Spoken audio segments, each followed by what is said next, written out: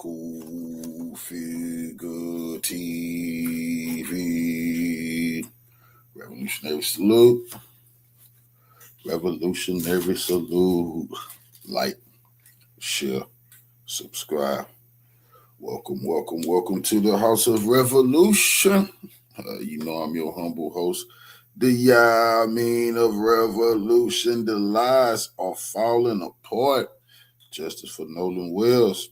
But before we get into that, y'all be sure to wipe y'all feet. That means hit the like button. You in the House of Revolution. Like, share, subscribe, support the platform, y'all. Let's get right into the content. They going to jail. Salute. You guys, breaking news in the Nolan Wells case, and I promise you haven't heard this anywhere else. Bart, Katie, Nolan, and Trayvon. Y'all, let's get into this because we think we cracked this case wide open, but it's not just us. It's what the internet sleuths have also pieced together. You guys, we have to get into this. We believe we have motive. We believe we have location, and we believe we had what really happened. And we are going to use Warren and Trayvon's own interviews along with some thought they were deleted Facebook posts and get into this. And I think this is the real reason why they all deactivated their social media accounts, because they didn't want us to know the history. The history of what? The history that Katie was Bart's girl. Who is Bart? Bart is Bart Edmonton Jr. He is a promising NFL player. Well, he's a future NFL player. Comes from a He going legacy to line of NFL. football players. His family, his grandfather, his dad are big dogs down in Ocean Springs. And what's more, Katie was Bart's girl, Bart Edmonton Jr., and it is unclear on whether she was still his girl. Now, let's not forget, let's put everything in order. Bart Edmonton Jr., no, when Warren was giving the interview, he kept saying, my buddy, my buddy, my buddy. He only slipped up one time and said Bart's name. Now, the Marine Resource Division of Jackson County literally slipped up and gave out a freedom of information request. It actually gave us the audio, but what's more important, it gave the name of the person that reported Nolan missing to the Coast Guard. Oddly enough, that person was not Warren, the person that claimed to call the postcard at 11:45 p.m. on July 4th. It was, in fact, Bart Edmonton Jr., who called, I believe they said it's at 10:05 a.m. on July 5th. Keep that in mind. Bart and Nolan were not known to be close at all. But what's more, it seems like they had a woman in common. Now, we do know from the audio, Bart so Bart was in the comment sections. I have evidence, but let me just give you the preview. Bart was in comment sections on people on either Instagram or Facebook being like, I've been in Montana for a year. What are you talking about? Trying to act like he wasn't down there on July 4th. The whole story changed when the incident report came out and his name was on the incident report as the one that reported Nolan missing. And even though you have been, not Montana, even though you have been in Wyoming playing football, you came home for July 4 weekend. Now, let me get this right.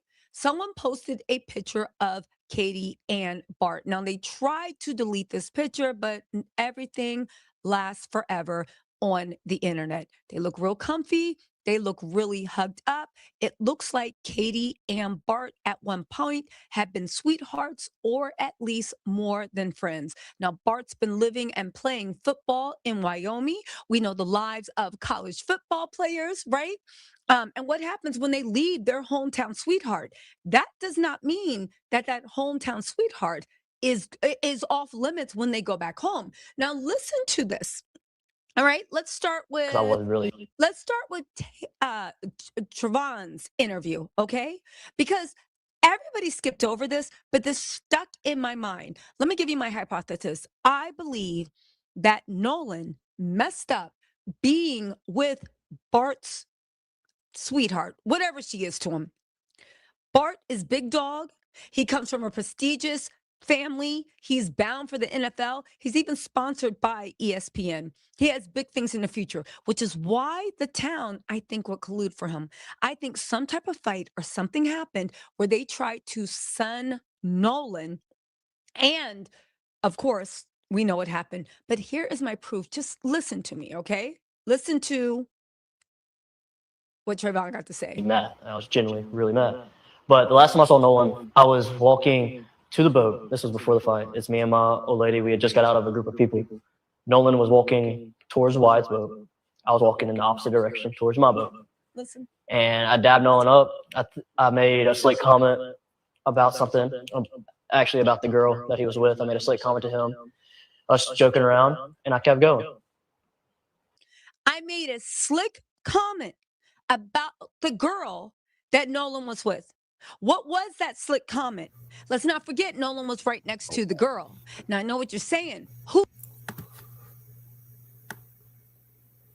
Revolutionary salute to our family. Downloads from Pretty for the 10 jewels. Revolution is a way of life. Absolutely appreciate the love. Going to the war chest queen. Salute. Who's the girl? Of course it's Katie. If you don't want to believe me, let's listen. They kids. Kids make a bunch of mistakes. They made a bunch of mistakes. And one of the biggest mistakes they all made was pretending like they didn't even know who that girl was. Because they knew they needed to stay away from that, because identifying that girl was going to put Bart under the spotlight. These people are finished. Listen to what Warren has to say. And people saying the internet. I already knew the power of the internet, because the internet solved the young Dolph case and forced them people hand. The internet, everything that they solved in Dolph case, it came on the internet first. I was right there. So I know these people don't understand. They cooked the internet. Is going to crack this case and force the white supremacist hand. And not even 10 minutes after that is when I got into a fight. You guys get ready to leave out Listen to this. there, getting towed out. Yeah. And then where's Nolan in this situation? Well, Nolan was, the last time I saw Nolan was 3 o'clock.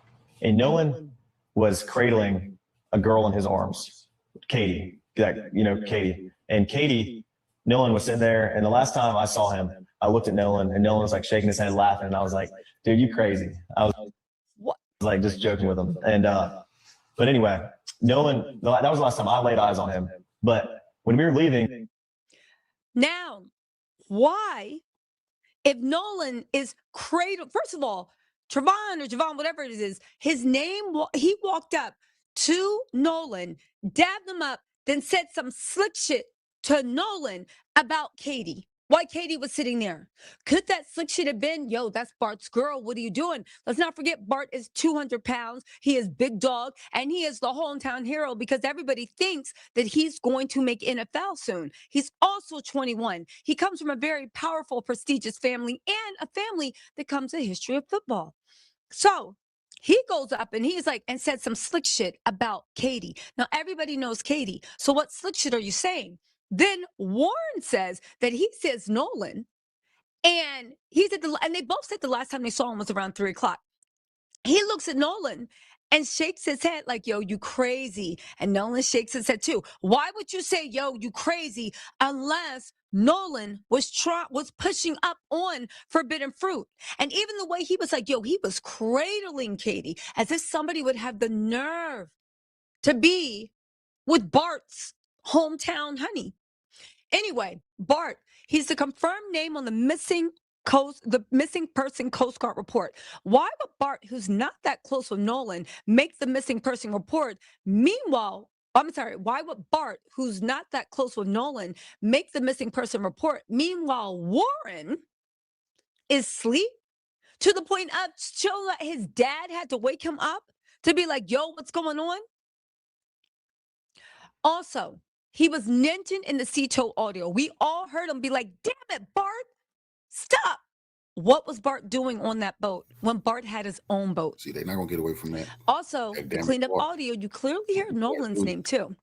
The GPS location matched Fort Bayou residents on water with private deck access. So when they looked at GPS, when they get to the Fort Bayou, that was Bart's family's house. They have a private deck right outside their house, and they have a pool in their house. And there was an attempt to conceal involvement by claiming to be in Wyoming for 1 year. Also, and it's something about Bart. See, Bart is a punter. Bart is a punter. And this might not have nothing to do with it, but when Bart is a punter. And them punters, they real strong in their feet, they leg. A punter can break your neck, you know, if they kick you in your neck or something like that, real aggravated with a swift kick. You see, who knows? Bart may have kicked Nolan in his neck, his throat, while Nolan sitting on that boat. Bart might have been enraged and stomped him in the throat, kicked him in the back of his neck, but anything. That's why they may be hiding his throat and all that type of shit. We got to remember that Bart is a punter. His foot is real strong. He a kicker, one of the best kickers in the country, you know. He came out the gate. I've been in Wyoming until the audio placed him as being on the boat. But there's more, you guys. There's more. Hold on. This is Bart Edmonston. He's number 18 for Wyoming. I don't know. I think it's the Cowboys. They said before Wyoming, Bart Edmonston, a 6 foot, 200-pound punter, is a junior college transfer from Jones College. He's native to Ocean Springs, Mississippi. In 2 seasons, he's averaged 44.7 yards per punt. Apparently, it's really good. On 89 attempts, he's also recorded 45 pumps inside the 20-yard line. Anyway, who cares? He's earned an NJCAA All-America and All-Region honors with the All-Conference honors. He's a graduate of Ocean Springs High School. He was named 6A All-State, and his team was 23-2 in 2 seasons. His father, Bart Sr., was an All-SEC place kicker at Florida from 92 to 96 and was on the 96 national championship team. His grandfather also played for the Florida Gators. I think it's Florida Gators. The point is he comes from a legacy football family, but his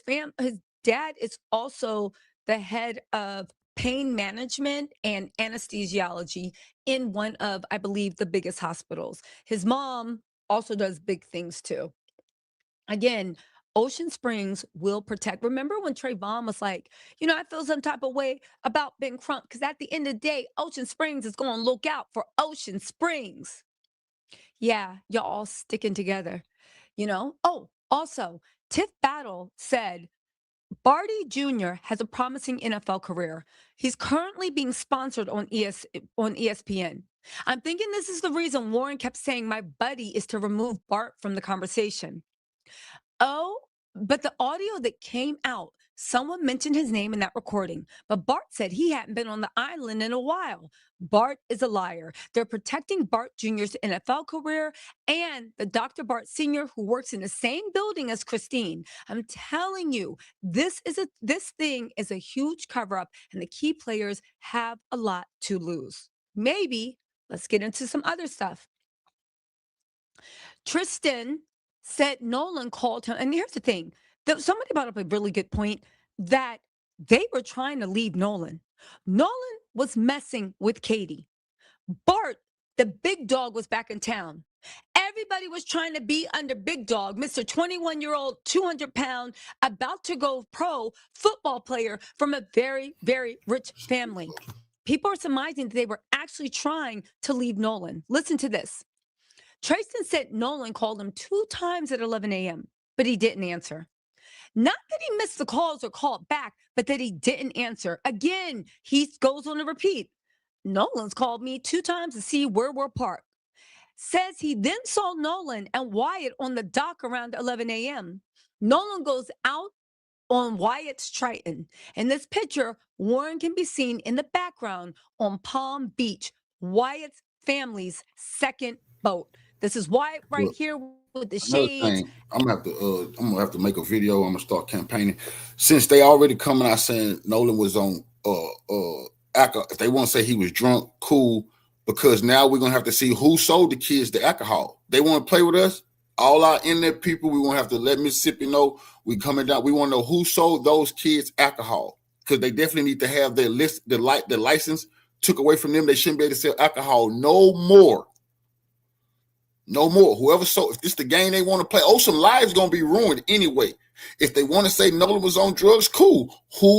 Which one of those little white guys is selling drugs? You're going to prison, and you're accessory to this murder. If they want to play these games, they asses. People going to prison. But if they want to say Nolan was drunk, good. Those kids not even old enough to buy alcohol. They ain't no pat on the wrist for this one. You've been selling underage. You've been selling kids alcohol. Now death is involved. The taxpayers have to pay all this money to the city. I mean to the state, the city to investigate this. They need to go after whoever was selling alcohol to these motherfucking kids since they want to play that game. And I'm gonna make me a video and campaign on that. And the glasses. All right, let's keep going. You see they're trading the bees. Let's keep going. Guys, A get good, ready to leave out of there. hold on, y'all.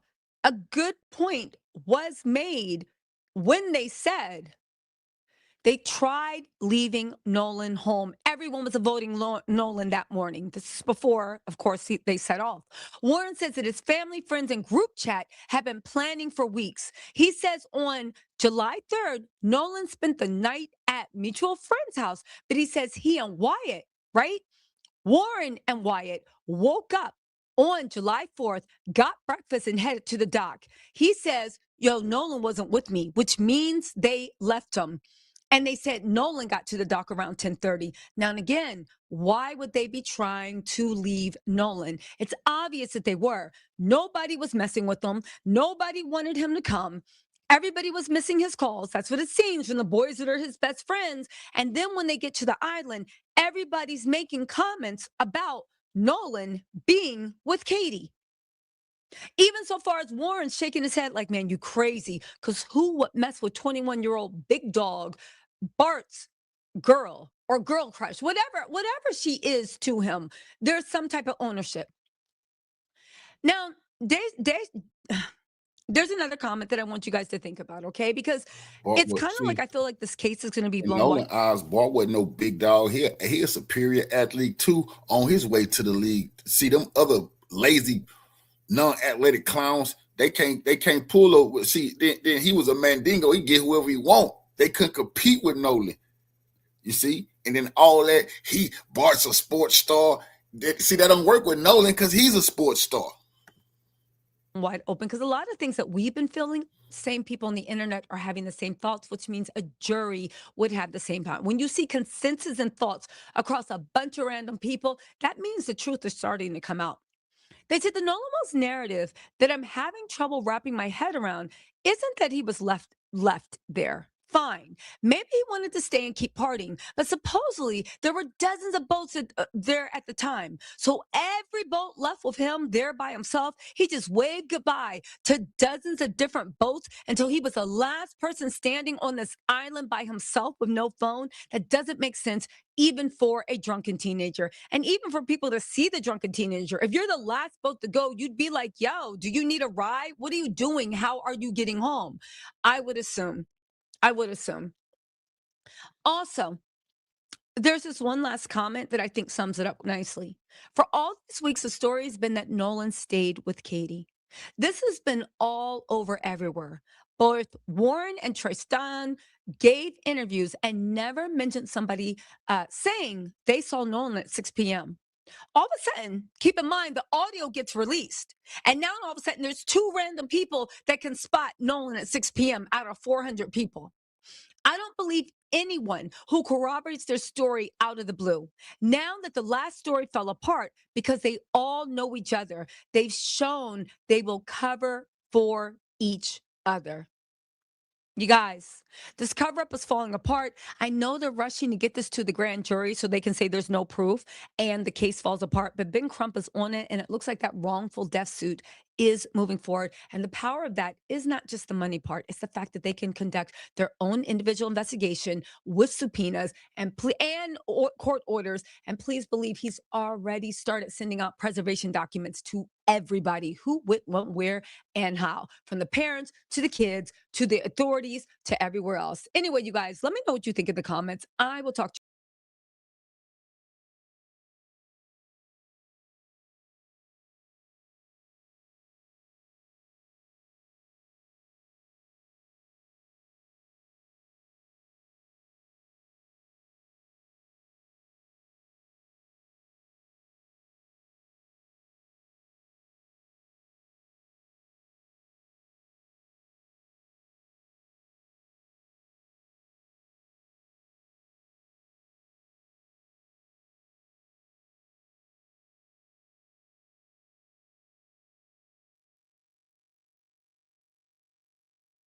The case of Nolan Wells is growing more intense by the day. The audio released by MDMR and later enhanced to remove the dispatcher's voice and hold music has caused quite a stir, not only on social media, but in mainstream media as well. Many truly seeking justice for Nolan can clearly hear what sounds like his name being called among the passengers on the boat that reportedly left Horn Island at 4:31 p.m.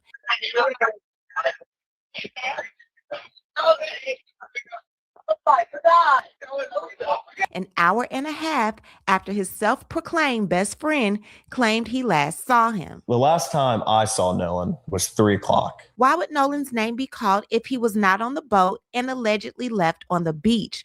Why would someone ask, is he dead? And most importantly, why was the statement, damn it, Bart, allegedly made after the question about Nolan possibly being deceased? I called Bart that morning. I was like, hey, man, can you take your boat out? On the way out, I went with my buddy Bart. So Bart pulled up at the dock, my buddy Bart on the tide line. So we've heard Bart's name time and time again by his buddy Warren, but we had no idea just how intricate of a player he was when it came to the Nolan Wells case. As more information comes to light, it's becoming clear that Bart may have played a much bigger role in the events surrounding that day.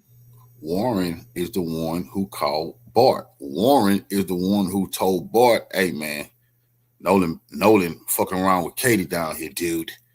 Nolan's been texting Katie, dude. Warren, little jealous behind, because he ain't no football star, called Bart and told Bart. And that's why people are like, damn, why the next morning they left Nolan? Because he already knew. See, they already knew it was going to be some beef. Because they told Bart to come down here to catch Nolan.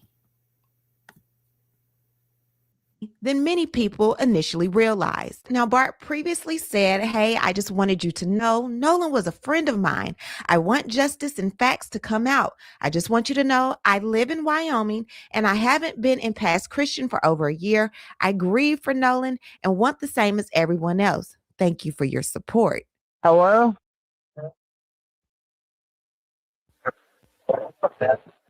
Yeah, there's lots of people breathing on the boat.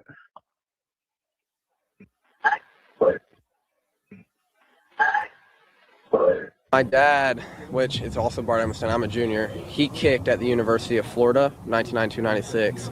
And then he's always wanted me to kick. And then I started it going into my 8th grade year. Generational skills passed down from father to son, and Junior puts them to good use. Now, it's being said that Bart either dated or still is dating Katie. And Nolan was cradling a girl in his arms, Katie. Katie. And Katie, Nolan was sitting there, and the last time I saw him, I looked at Nolan, and Nolan was like shaking his head, laughing, and I was like, dude, you crazy. Nolan was walking towards Wyatt's boat. I was walking in the opposite direction towards my boat. And I dabbed Nolan up. I made a slick comment about something, actually about the girl that he was with. I made a slick comment to him, us joking around, and I kept going. Both of these boys done put attention on Nolan and that girl. And now we know that's why Nolan was killed, over that goddamn girl. And they both was making jokes to Nolan about that girl. And we all know, we've been through what they were saying. Oh, man, you a Bart girl. Boy, you tripping. Boy, you a fool. But they both was hating on the cool because they probably wanted her, but they ain't no mother. They ain't no athletes, so they just got to watch Nolan or Bart get some women. But they all, like the little flunkies we see in school, they're always sitting back waiting for Bart to show up so they can watch what happened. Go. So we want to know, what is the joke about Katie that two of Nolan's alleged self-proclaimed best friends have so much to say and are laughing about him being around her? So Nolan wasn't like carrying her out the water. She's sitting in the water and Nolan's arms are under the water and he's carrying her from under the water, but her head's still out of the water. Nolan's head's still out of the water, and I was looking at both of them. So, so he's kind of like holding her. Right. Kind of like, in the water, though. Like we grown, right? There's two people in the water. They feeling each other, like meaning feeling they like each other. Right. And that was obvious. He's a little more close to her, and they're kind of having a moment. Correct. Not saying and not insinuating that it's sexual, but no, of course not. They're together. They like each other. You looking at him, you like, bro, you crazy. Because you know that he like her and he's hanging out with her. Yeah, right. Now, these two are not only connected through Katie, Bart also knew Nolan as a former Ocean Springs football teammate.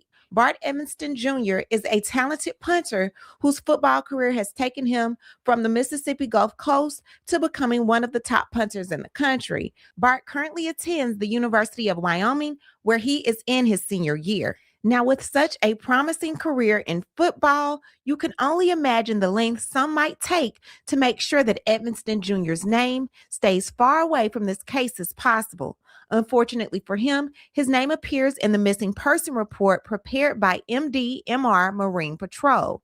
According to Warren, Evanston's boat was among the 3 vessels brought to Eli Jax's grandparents' home before more than 20 people boarded. It's where Nolan and probably 20 other kids got on the boat. So it's not just Nolan and 3 other kids. The push to prove the innocence for these guys seems to be the very thing that's going to get them locked up. Now, they loaded up on July 4th and headed towards Horn Island around 9:56 a.m. We had 20 plus people on the spread between our 3 boats. It's not like we didn't ask Nolan or we just left Nolan. Nolan decided to stay on the island with the girl that he was with. And the girls witnessed that too. Yeah. Something obviously happened on the boat that day. Something happened to where Nolan did not come back. Something happened to where these men were like, damn it, Bart. There was a lot of commotion going on that boat. Everyone got silent as soon as the dispatcher got on. But it's something Bart did to piss everybody off. And a couple of times I heard, I killed him. So I go back and I read Katie's sister Gracie's post, and she said Katie had a conversation and assumed that Nolan was getting ready to get on the boat he came out in. Katie made it home because she was on another boat and with different people. Katie was safe because my brother and sister-in-law went and got her. Now I question the wording. Katie was safe. Safe from what? This is an island that nothing was really happening on. You guys are a community, right? What happened that your brother and sister-in-law who were not on the island, because by your account, they went and got her.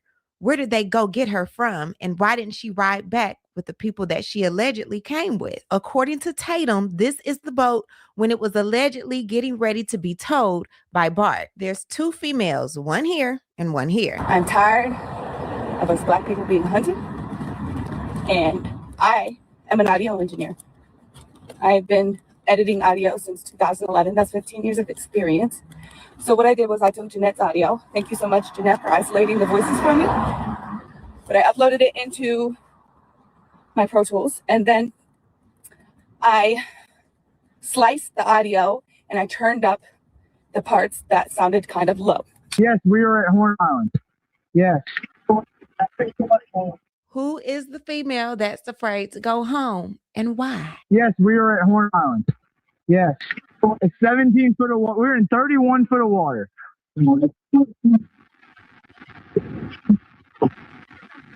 Takes a trained ear to hear this audio, because when I went back and listened to my enhanced version, I could hear it, but I wasn't clear on what they were saying. She was able to actually clear it up.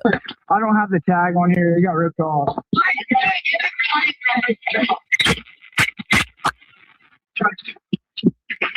There's a lot more that happened on that boat that they're not wanting to tell. We're getting down to the bottom of it. Sam here with a Nolan Xavier Wells update and just a few questions, okay? So the coordinates that Wyatt gave to Vicky when the boat was sinking are in a shallow area of Horn Island. So it doesn't make sense. How is he sinking? He said his boat was in 17, then he said it was in 31 feet of water. But if you look at these coordinates, look at point 1 that I have here on this graph. This is shallow water. You can literally see the sandbar below. Now, point 2 is where the United Cajun Navy allegedly responded and was looking for Nolan. And then point 3 is where they allegedly approximately found Nolan. Now, we know he was more on the shore. But what doesn't make sense to me is why would they say they were sinking if the coordinates he gave weren't in an area that was sinking, right? Now, here's something else. Officer Race Batum Tatum is saying that the audio, you just hear what you want to hear. He's saying it's now been confirmed by TMZ that Nolan was still on the island when the boat left. But the reason everybody says, why would the kids say all this stuff? Charles from TMZ says it, because if you listen closely, the minute Wyatt starts talking, everybody hushes up. Everything important was said before they realized that Wyatt is on that call. Another thing, if somebody was allegedly out of town on this day, why was their name listed on the report? And why would his name be called out in this audio? Here's the thing. He says, we're going down, we're sinking. So if that is true, why would Jerry Ackerson, your grandfather, cancel the tow? Why would you cancel the Coast Guard if you are sinking? Wouldn't you think the grandfather, who's the owner of that boat, and those are his grandkids, would want to just make sure those kids were safe? Why would you cancel the tow? This seems like an alibi phone call to me. Now, you can hear on the recording, he tells somebody, jump in and pull the plug.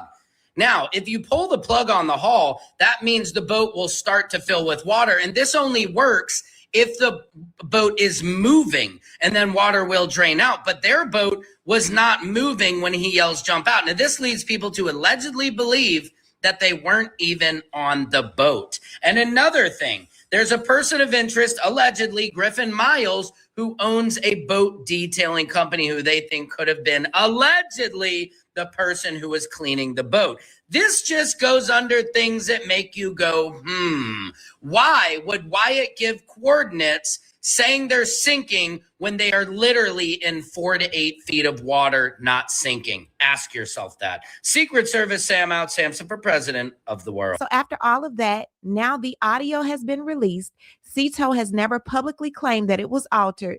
The narrative is shifting again. We are now being told that Nolan was still on the island after his friends left in the 3 boats, and that he was seen drinking heavily. However, that directly conflicts with what his self-proclaimed best friend previously said. Drinking, everybody was drinking, most of everybody.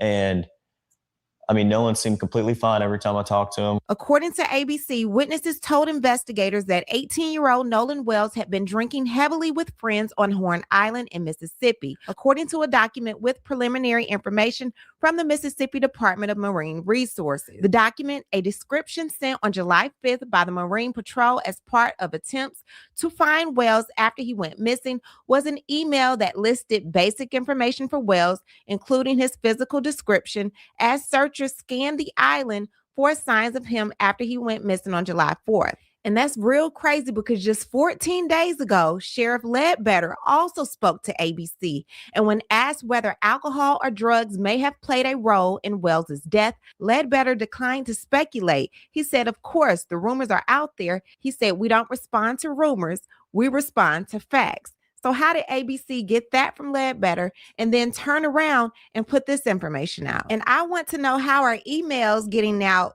regarding conversations with witnesses when the DA said silence in the Nolan Wells case is required by law, not indifference? I also understand that many people have questions about why more information has not been released publicly. In Mississippi, the rules of professional conduct restrict the information a prosecutor can release during an investigation. Our restraint in communicating facts and evidence is not an effort to keep the truth from the public. It is an effort to protect the integrity of this investigation and the grand jury proceeding. As your district attorney, I have an ethical obligation to avoid public statements that could influence witnesses, prejudice a proceeding, or compromise the fairness of the legal process. My obligation extends to and requires me to use reasonable care to ensure investigating agencies avoid making those statements and releasing information as well. These rules exist to protect the search for the truth, not to prevent it. So if that's the case, then why is information coming out in regards to Nolan being heavily drunk on the island, according to what 2 witnesses are saying, and not according to what toxicology is saying? Where's the toxicology report? Now that it seems like investigators are working against the family and not actually for the family, new subpoenas have been issued to various social media companies and a location tracking app in connection with pending litigation related to the death of Nolan Xavier Wells. On Tuesday, Mississippi-based attorney Gary Bufkin filed subpoenas to obtain information from accounts associated with the 18-year-old student athlete on Snapchat, WhatsApp, TikTok, Meta platforms, and the location tracking app Life 360, according to the records reviewed by the Sun Herald. And while we're at it, I also want to let you know that multiple people have received letters giving notice of an anticipated civil lawsuit by the family of Nolan Xavier Wells. Here is the letter that was sent to Judge Ashley Cole. It's basically stating that the attorneys that are representing Nolan Xavier Wells sent this letter to her because they are investigating Nolan's death and that she needs to reasonably anticipate litigation. The letter legally requires Judge Cole, her family members, and anyone acting on her behalf to preserve all potentially relevant evidence, including electronically stored information. It also warns that destroying, deleting, altering, or failing to preserve evidence could be considered spoliation and may result in court sanctions, unfavorable evidentiary rulings, or instructions allowing a jury to draw a negative conclusion. This letter is not an accusation or proof of wrongdoing. It is a formal demand to ensure that potentially important evidence remains intact. Something definitely happened that day on Horn Island or on the way leaving Horn Island. Regardless of what, we need to find out what happened to Nolan Wells, and some arrests need to be made. What I need to do is hear from you. What do you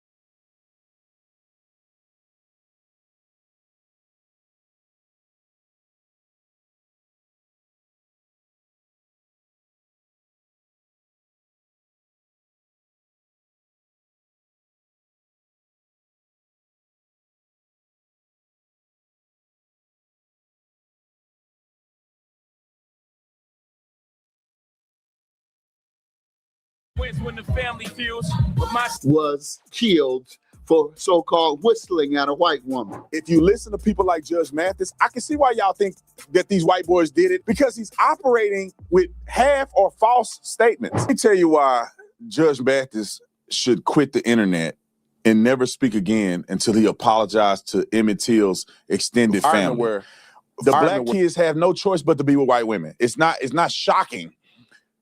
It's a lot of black and white people married today. It's not shocking for black. I just don't think the idea that a black kid with a white woman is so strange in a city where all your friends are white and y'all all dating and messing with the same chicks. It's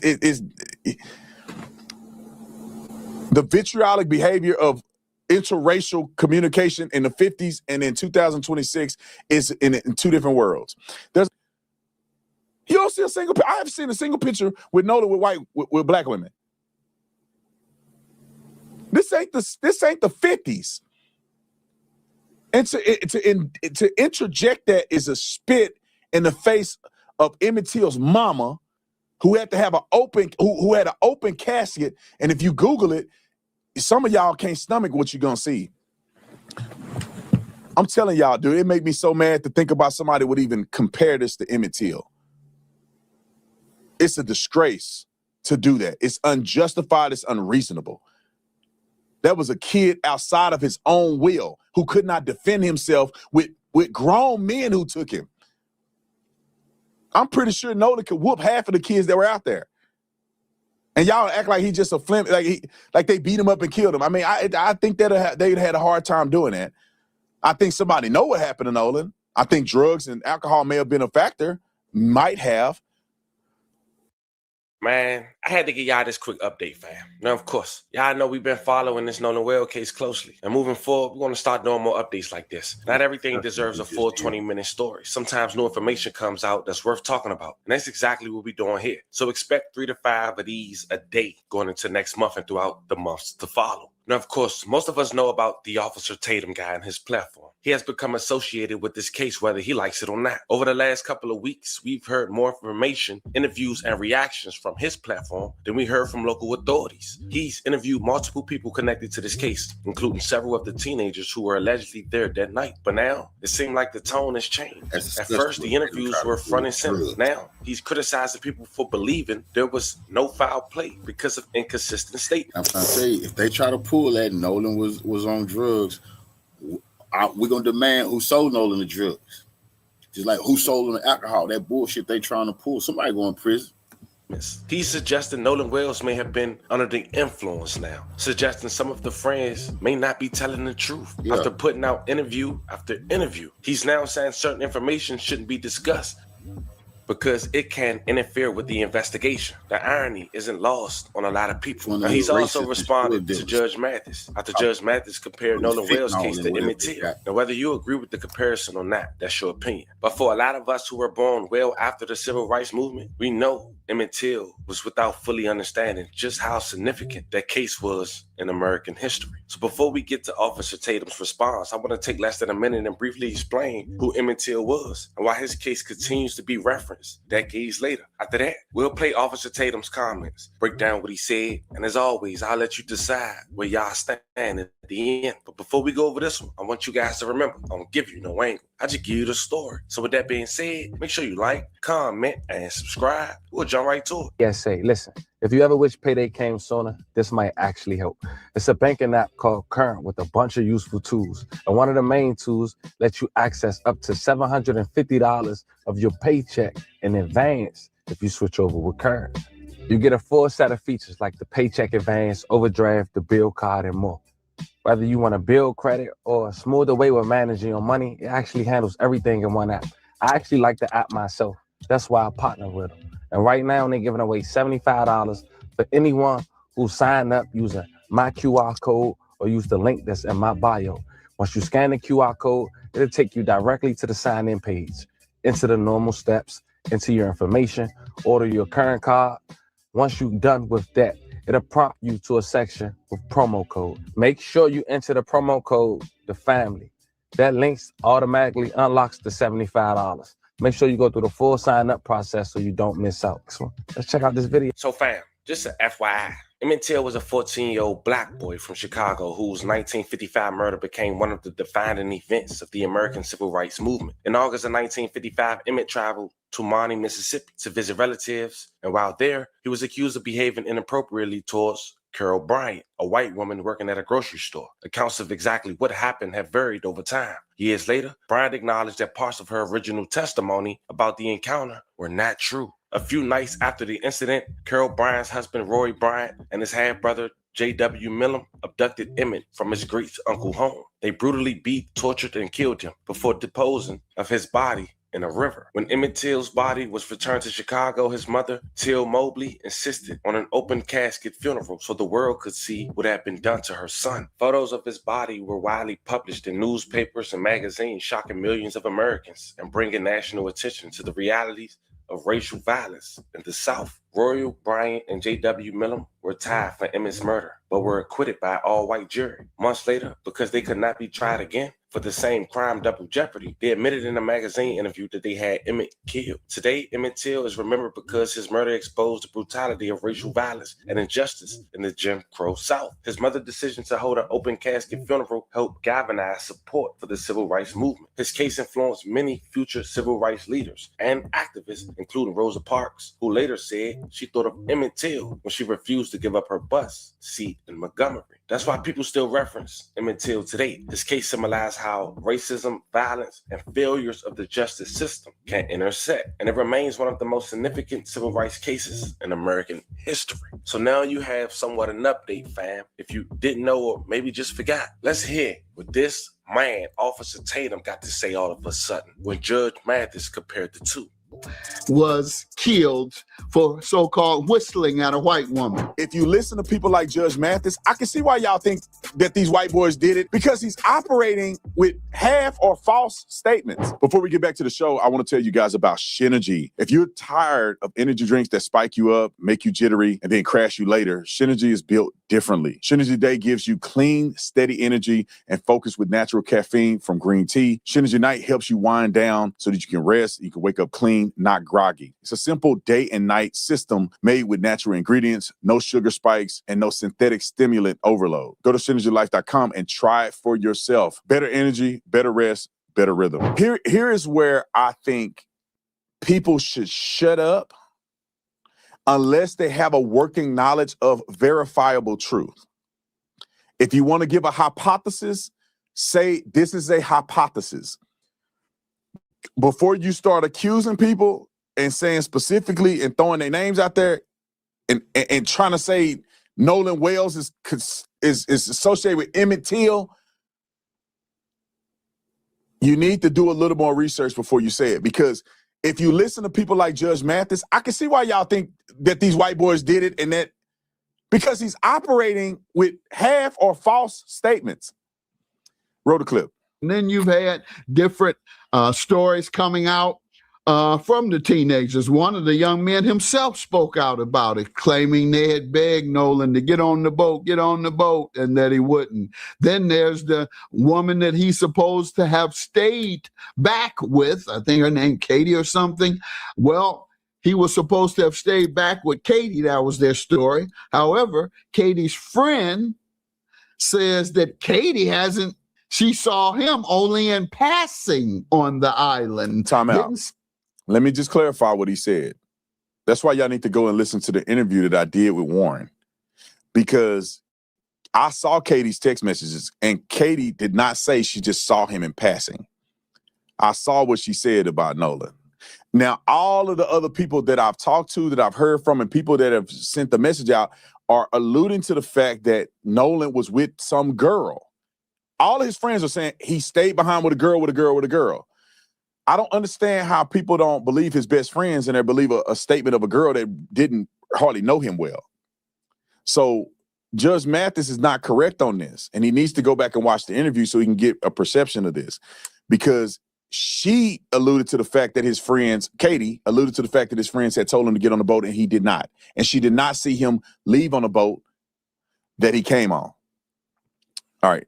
Roll it. Stay with him, and Katie isn't saying anything at all. So it's a lot of moving parts here, and I'm just hoping it's not one of those, quite frankly, and if his friends didn't have anything to do with it and they truly left him behind, et cetera, he has discoloration, bruises on the back of his neck. He does not have bruising on the back of his neck, and you guys are going to see the interview that I did with the medical examiner, a chief medical examiner of Tarrant County. It wasn't bruising to the back of his neck. It was a particular bone that's structured in the back of his head that underneath the skin, there was redness. Now, when you see the interview that I did with him, he explains what that could be and what that could not be. So it's not as obvious as there's clear signs of trauma to the back of his head, bruising or contusions. That's not true. Roll the clip. Happened.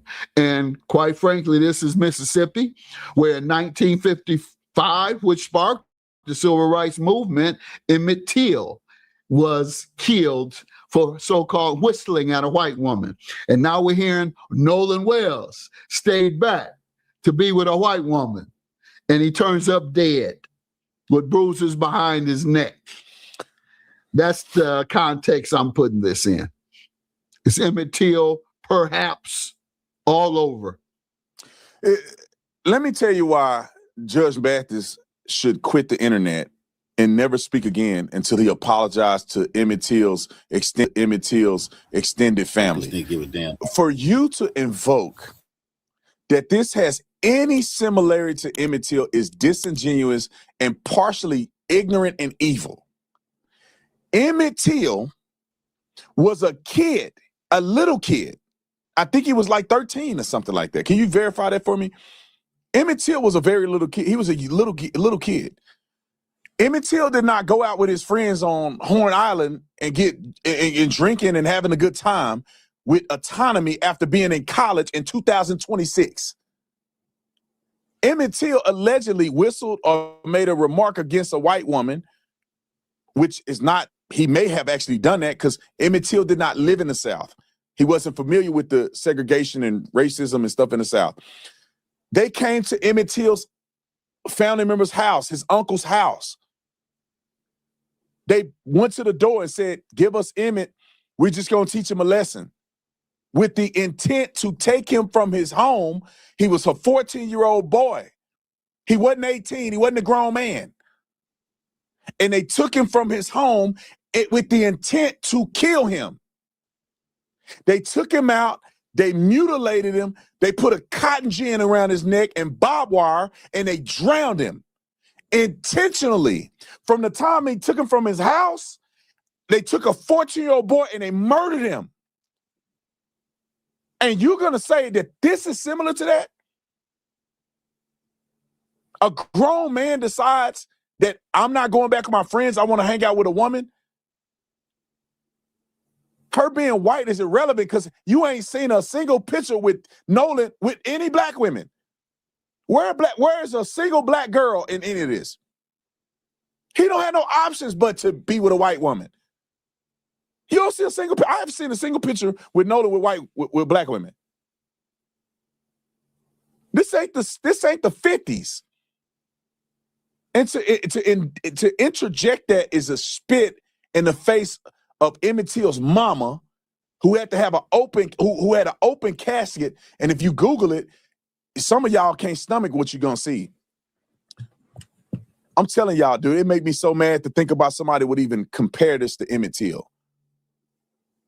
It's a disgrace to do that. It's unjustified. It's unreasonable. That was a kid outside of his own will who could not defend himself with grown men who took him. I'm pretty sure Nolan could whoop half of the kids that were out there. And y'all act like he's just a flim, like they beat him up and killed him. I mean, I think that they'd had a hard time doing that. I think somebody know what happened to Nolan. I think drugs and alcohol may have been a factor, might have. But ain't nobody just beast mode in Nolan. That don't seem very accurate. So, and why nobody talking about where's his black friend? He just skipped over. Had that been a group of black kids, and this dude would have been on their ass about being on drugs and drinking alcohol underage. What about the parents? The home structure's all messed up. You see how he just so easily, he trying to dirty Nolan's name by saying drugs and alcohol, but gloss over. Okay, don't tell me. They went to the hood and got the drugs, right? And get the fuck out of here. We hearing Bart is a dealer from college, allegedly. Friends, I don't know where that's at either. Is there more to this? Let's play a little more. Wow, so you feel like the dynamics between Nolan Wells and Emmett Till is similar? Well, the dynamics are the same. He's with a white woman, or allegedly said something with, or however you view it, with a white woman, and there's a suspicion that white men killed him. And that was the case with Emmett Till. He so-called whistled as a kid. 13 was he? Whistled so-called the woman at the store. White woman says he whistled at her. What happened? White men killed him. And that's why I'm making that analogy. But it could altogether be untrue. But I'm making the analogy as a possibility. And that is the case of my thought processes. I just think I'm trying to diagnose what he said, but I think it's unfair to make that comparison. This was like, we're post-racist. We're in a post-racist society, in my opinion, meaning that most altercations are not about race. Most altercations are about people being stupid and not getting along with each other. We live in an environment where the black kids have no choice but to be with white women. It's not shocking. It's a lot of black and white people married today. It's not shocking for black. I just don't think the idea that a black kid with a white woman is so strange in a city where all your friends are white and y'all all dating and messing with the same chicks. It's the vitriolic behavior of interracial communication in the 50s and in 2026 is in two different worlds. There's a lot more going on with the Mathis interview, but I got to get, I appreciate you guys. I'm sorry I had to run from the show today. I'll try to do my best to keep you up to date on the story, keep you up to date on what's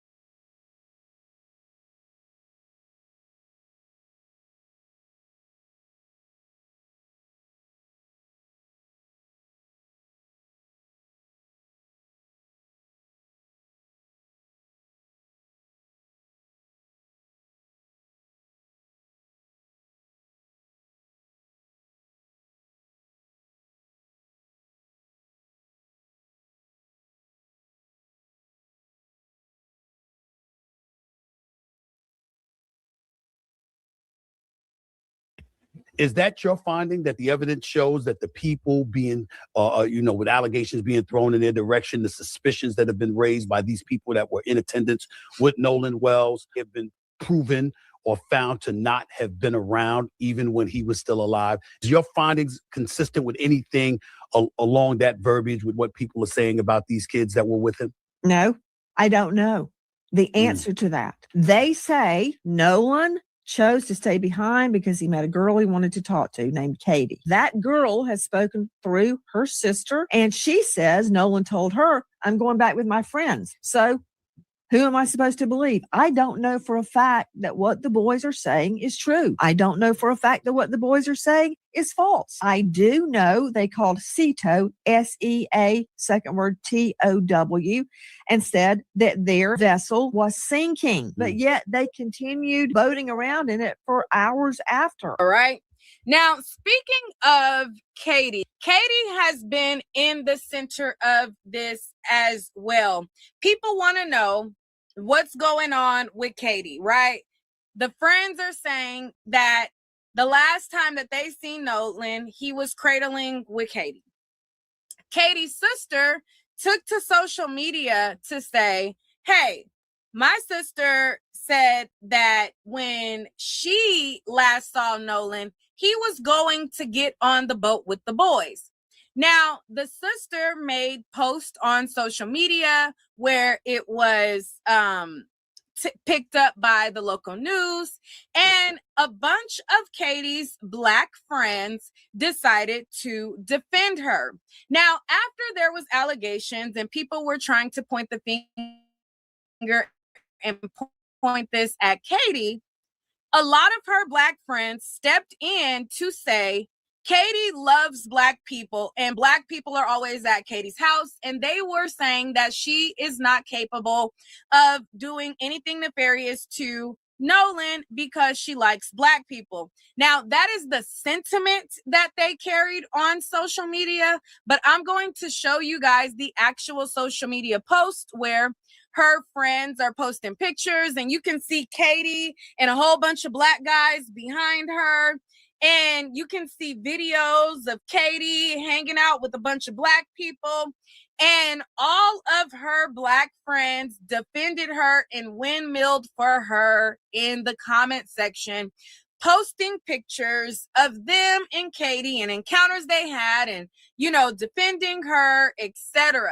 So let's go on over to social media.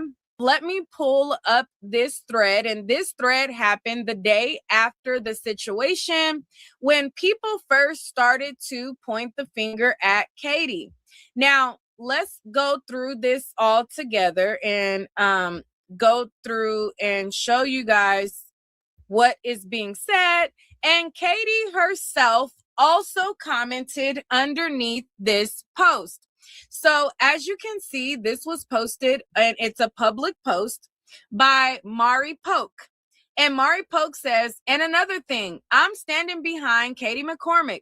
I understand y'all don't know her, but me and 1,000 other of us have literally slept, ate, and partied at the McCormick house. Don't forget, that's Dixie's child 100.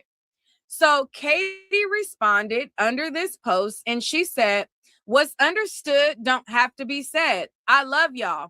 Just pray for his family and his friends. I'm good.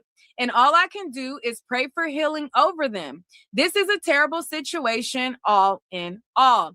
So this is what Katie said under the post. Somebody said, tell us what happened. Another person says they asked clarifying questions.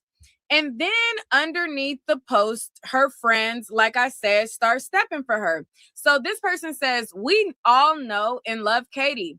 Nobody, as far as my family, is blaming Katie. We all love her and her whole family.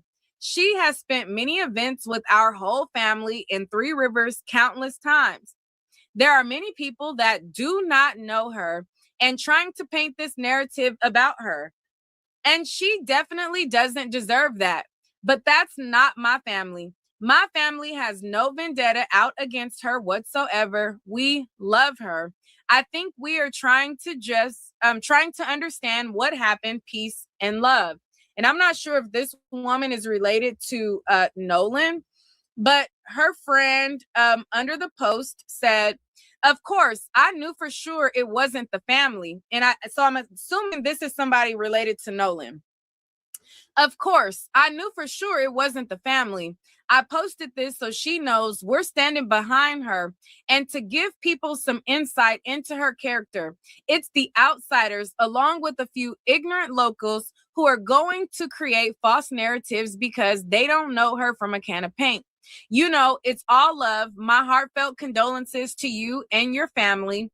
I pray the truth comes to light and anybody involved gets nothing less than the death penalty. And then she says, it's love. And then another person says, the outsiders can see the play.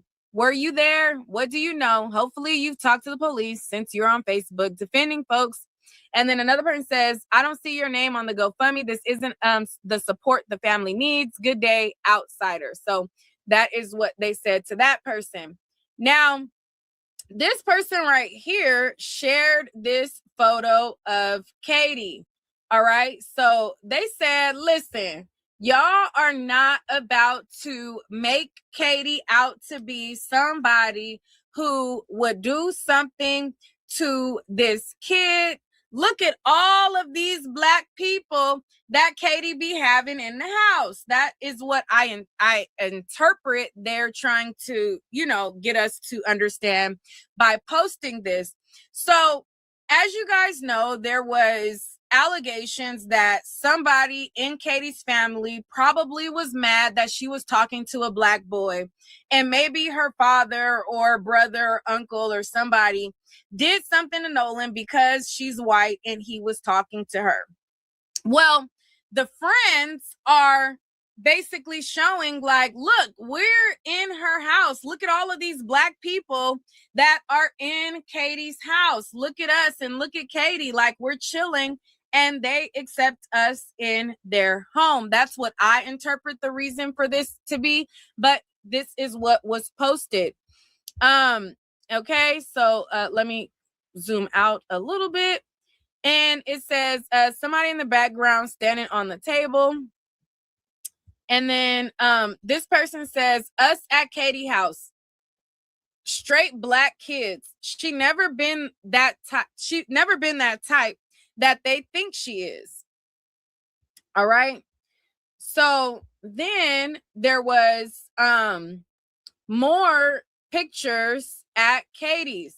So this person right here also posted a bunch of Black kids in Katie's house in the comments so that they can defend Katie and, let people know that she is not who people are trying to make her out to be. And she is somebody who is around a lot of Black people. And they do not believe that she did anything nefarious, according to what I see posted. Now, somebody said,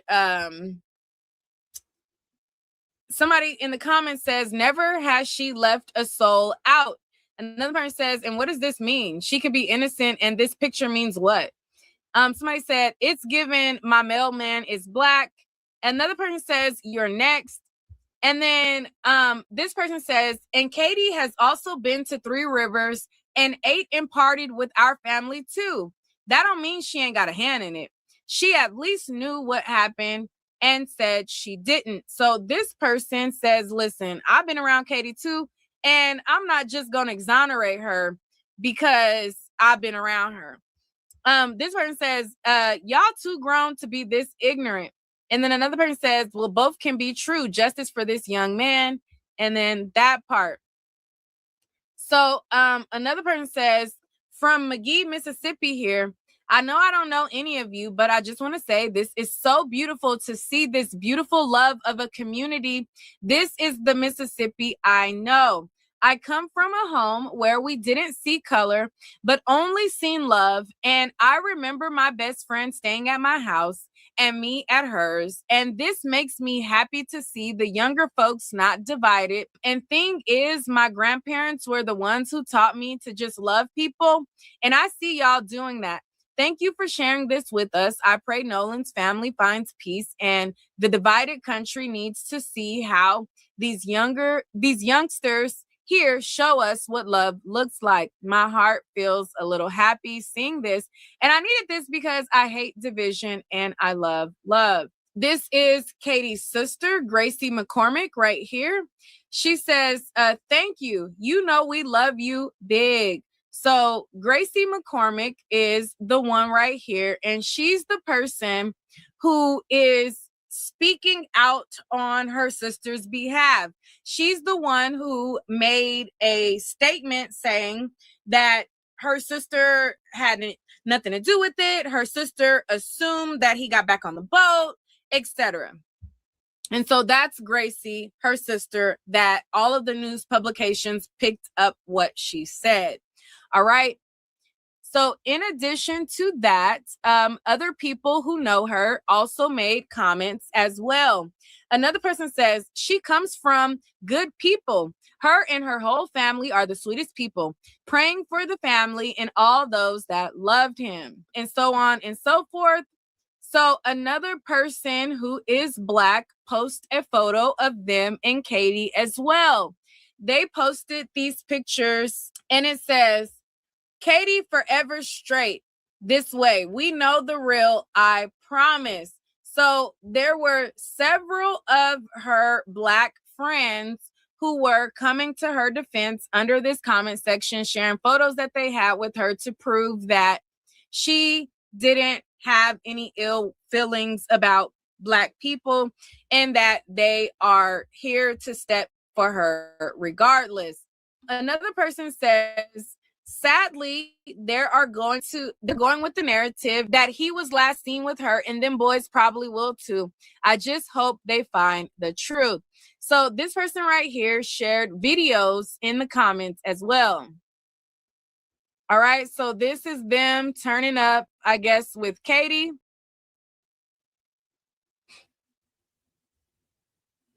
All right, so I think Katie was to the left.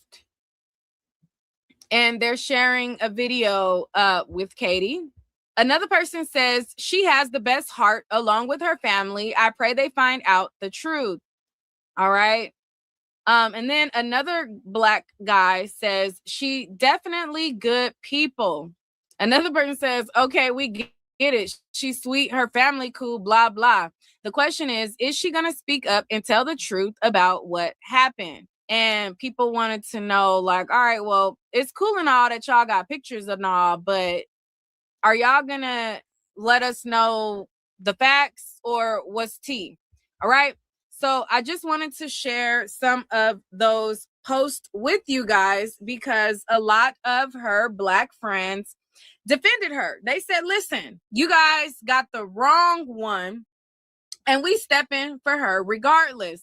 So my question to you guys is, do you feel like the fact that she has had all of these photos and encounters with Black people, that she is innocent and that exonerates her in any wrongdoing as it pertains to Nolan Wells? Do you feel like the friends or the so-called friends of Nolan are just simply lying on her? Now, again, if you guys don't remember what her sister had to say, let me pull up the article in which the sister spoke out, and she said that her sister assumed that he got on the boat with his friends. Let me pull that up and we'll read through it. So this is the article that was posted, and it says, and this was posted by the New York Post. It says, the mystery girl Nolan Wells had reportedly stayed behind to chat with on Horn Island before he vanished has been identified. But the revelation and new conflicting accounts have only led more questions about his death.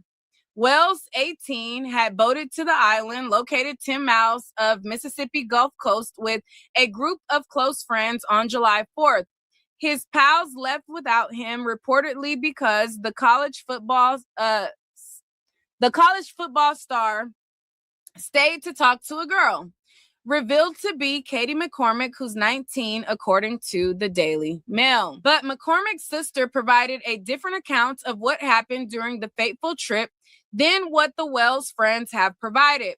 The tragic teen had spent 5 hours celebrating on the 4th of July with hundreds of other college students on Horn Island when late in the afternoon, his friends started to panic as their boat was taking on water and had to rush back to land. According to his friends, Wells told them to make the trip back to the mainland without him as he was engrossed in conversation with McCormick, the outlet reported. Ashley Cole's mother, the mother of Wells' best friend, Warren Hudson, who was on the island at the time, released a statement on July 7th saying that the group of friends returned to the mainland after their boat had problems with the bilge pump, but Wells stayed back. However, McCormick's 23-year-old sister, Gracie, disputes the claims that Wells remained on the island to talk to her. According to Gracie, Katie thought Wells would have boated back to the mainland with his friends. Katie had a conversation and assumed that Nolan was getting ready to get on the boat he came on, Gracie told the Daily Mail. Katie assumed the friends telling him to get on the boat wouldn't have left him, she added. McCormick, who hails from a few towns east of Ocean Springs where Wells lived, was on the island with a different group of friends and was eventually taken home by her brother and his fiancée, Eva Criddle. She was quoted to have said, "We have given all the answers we can give to his mom and authorities," the sister added. There has been no suggestion of wrongdoing on McCormick's part. Although McCormick has not spoken publicly since Wells disappeared and was later found dead, she replied to a social media post defending her, the publication reported, and she said, "What's understood don't have to be said. I love y'all. Just pray for his family and friends," McCormick wrote. Another quote that they said that was quoted to have been said, "I'm good and all I can do is pray for healing over them. This is a terrible situation all in all." However, the conflicting accounts between people who were on the island interacting with Wells have sparked concern for the grieving family who hired top civil rights lawyer Ben Crump to investigate. She's saying he went and got on the boat. They're saying he didn't get on the boat. So which is it? Crump previously told reporters. So these are the things that Katie's sister said to basically refute what the boys are saying. And I want to know what you guys think about it. What do you think about all of the things that have been coming out about this? Do you feel the medical examiner is going to do a thorough investigation? And do you think the findings will be accurate as to what is found in his system?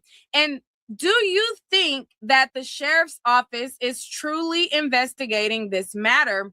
Or do you think because Warren's stepmother is a judge that she's a powerful person that we have to assume is behind the scene pulling strings?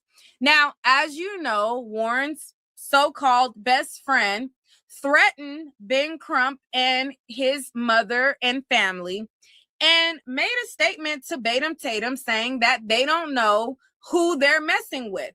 He sent out a strong threat and let them know that they better think about what it is that they're doing. Yeah, we might not be best friends with everybody, but I promise if you're talking about Ocean Springs as a whole, Ocean Springs is going to have Ocean Springs back 110%. We back each other. Everybody I've seen, we back each other. And for them to push this narrative and really push it just shows me is like you have no idea who you're dealing with or who you're messing with. And I think he's taking the grieving parents and manipulating and turning this and making it sound all bad, because nothing's like that at all. No. Have you got death threats? All right. So he sent out that strong message to Benjamin Crump and threatened him for the work that he's doing for the family, to let him know that they have no idea who they're messing with and that Ocean Springs has Oceanside's back and they back each other up. Now, I want to know, what does that mean? Does that mean that the judge can pull strings so that their sons can get backed up?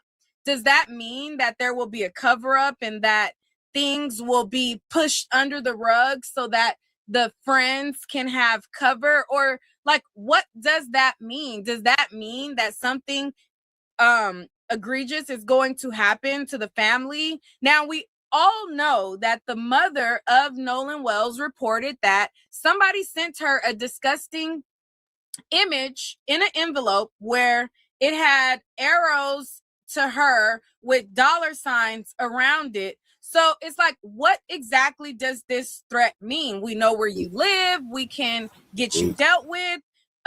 You better be quiet or else. Or does this mean, like, what is he saying, that they have no idea who they're messing with? What does he mean by that?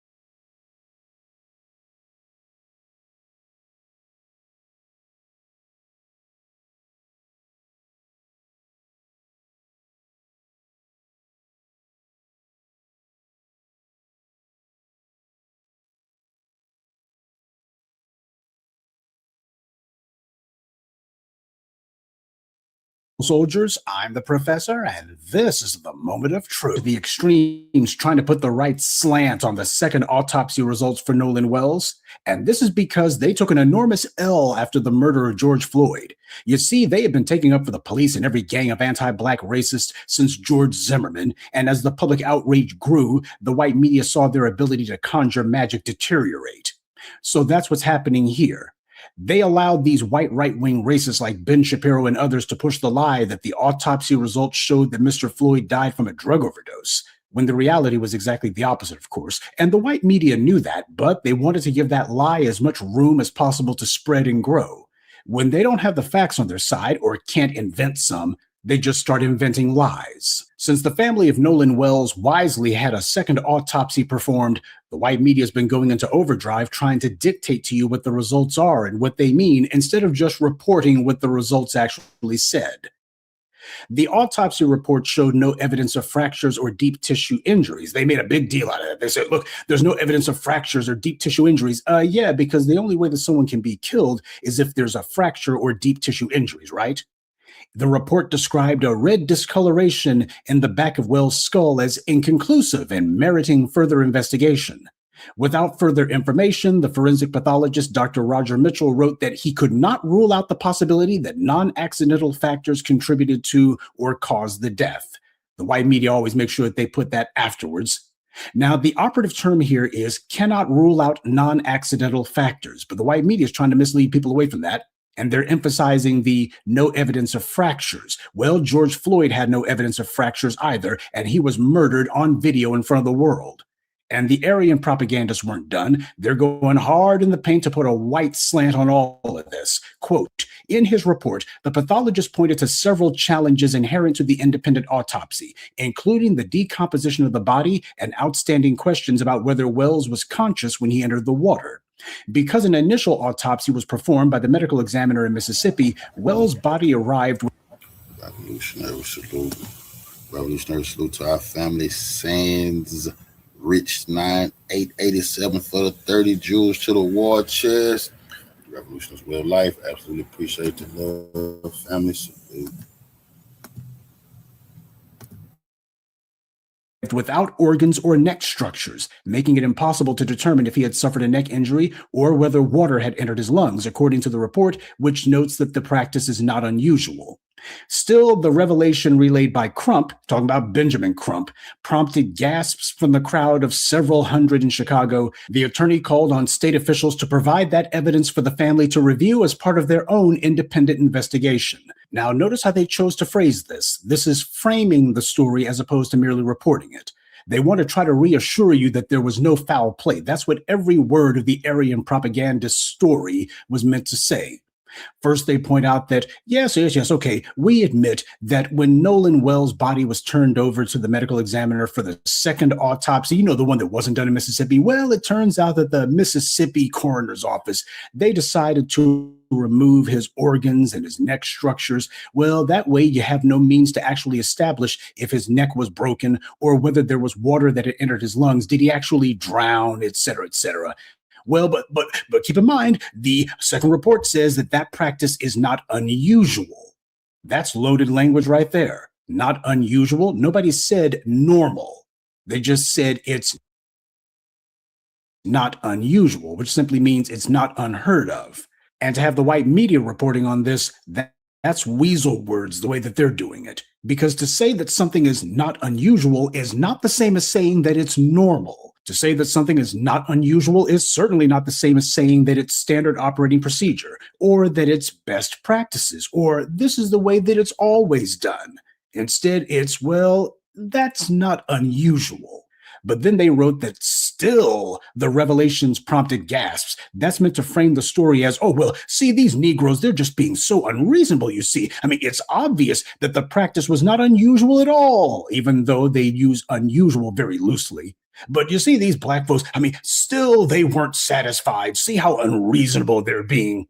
This is the white media editorializing. By putting it's not unusual first, that's meant to set the tone to make it seem that it's unusual to be surprised or astonished that the dead body of a child was submitted without his organs and without his neck structures. So the official white supremacist mouthpieces are doing what they do, lying either overtly or covertly. This is not an article, it's an editorial, and it has as much news value as a press release from those inbreds in Mississippi who just want people to take their word for it. The white media's headlines on this should read, second autopsy report says that non-accidental factors cannot be ruled out. Because that's what his report actually said. When Benjamin Crump and the NAACP had their press conference regarding the second autopsy results, there were a number of white media articles that wanted to leap on it and try to put the right slant on it. And of course, there's been articles, quote unquote, that were put out by Rupert Murdoch's New York Daily Post. In it, they try to downplay the ton of unresolved questions about Wells' death, but they made sure to throw in this. Despite the unanswered questions, the NAACP concedes that it couldn't rule out that Wells' death may have been an accident. Now, before we go any further, there's two things to note here. First, the NAACP's position isn't that Nolan Wells' death was accidental. In fact, they made it clear that they weren't saying that at all. And so narrative matters in this case. And we're saying that in Nolan Wells' situation, the narrative should not be it was an accident before there was an investigation. The narrative should not be the words of individuals who went on the boat to the island with him, but they came without him, but with his cell phone, if you don't investigate those individuals. We're not accusing anyone of anything other than the state of Mississippi and local officials. We're accusing them of being derelict in their duties. To follow up and to ensure that regardless of what happened, that there was a proper investigation so that this family and that community could be assured that if anyone was involved, they would be held accountable. And if it wasn't truly an accident, that the families will have the necessary answers that any family deserves in this situation. Now, that was the entire quote from the NAACP chairman in its entirety. The narrative should not be that it was an accident, at least not before there's an investigation. And the narrative should not be that the individuals who got on that boat with him to the island and then came back without him but with his cell phone, that these individuals shouldn't be investigated. That's what they actually said. That's a far cry from any alleged concession, isn't it? They said it themselves. And of course, they have to be careful with their wording. These white supremacists love to throw nuisance suits, anything to muddy the waters.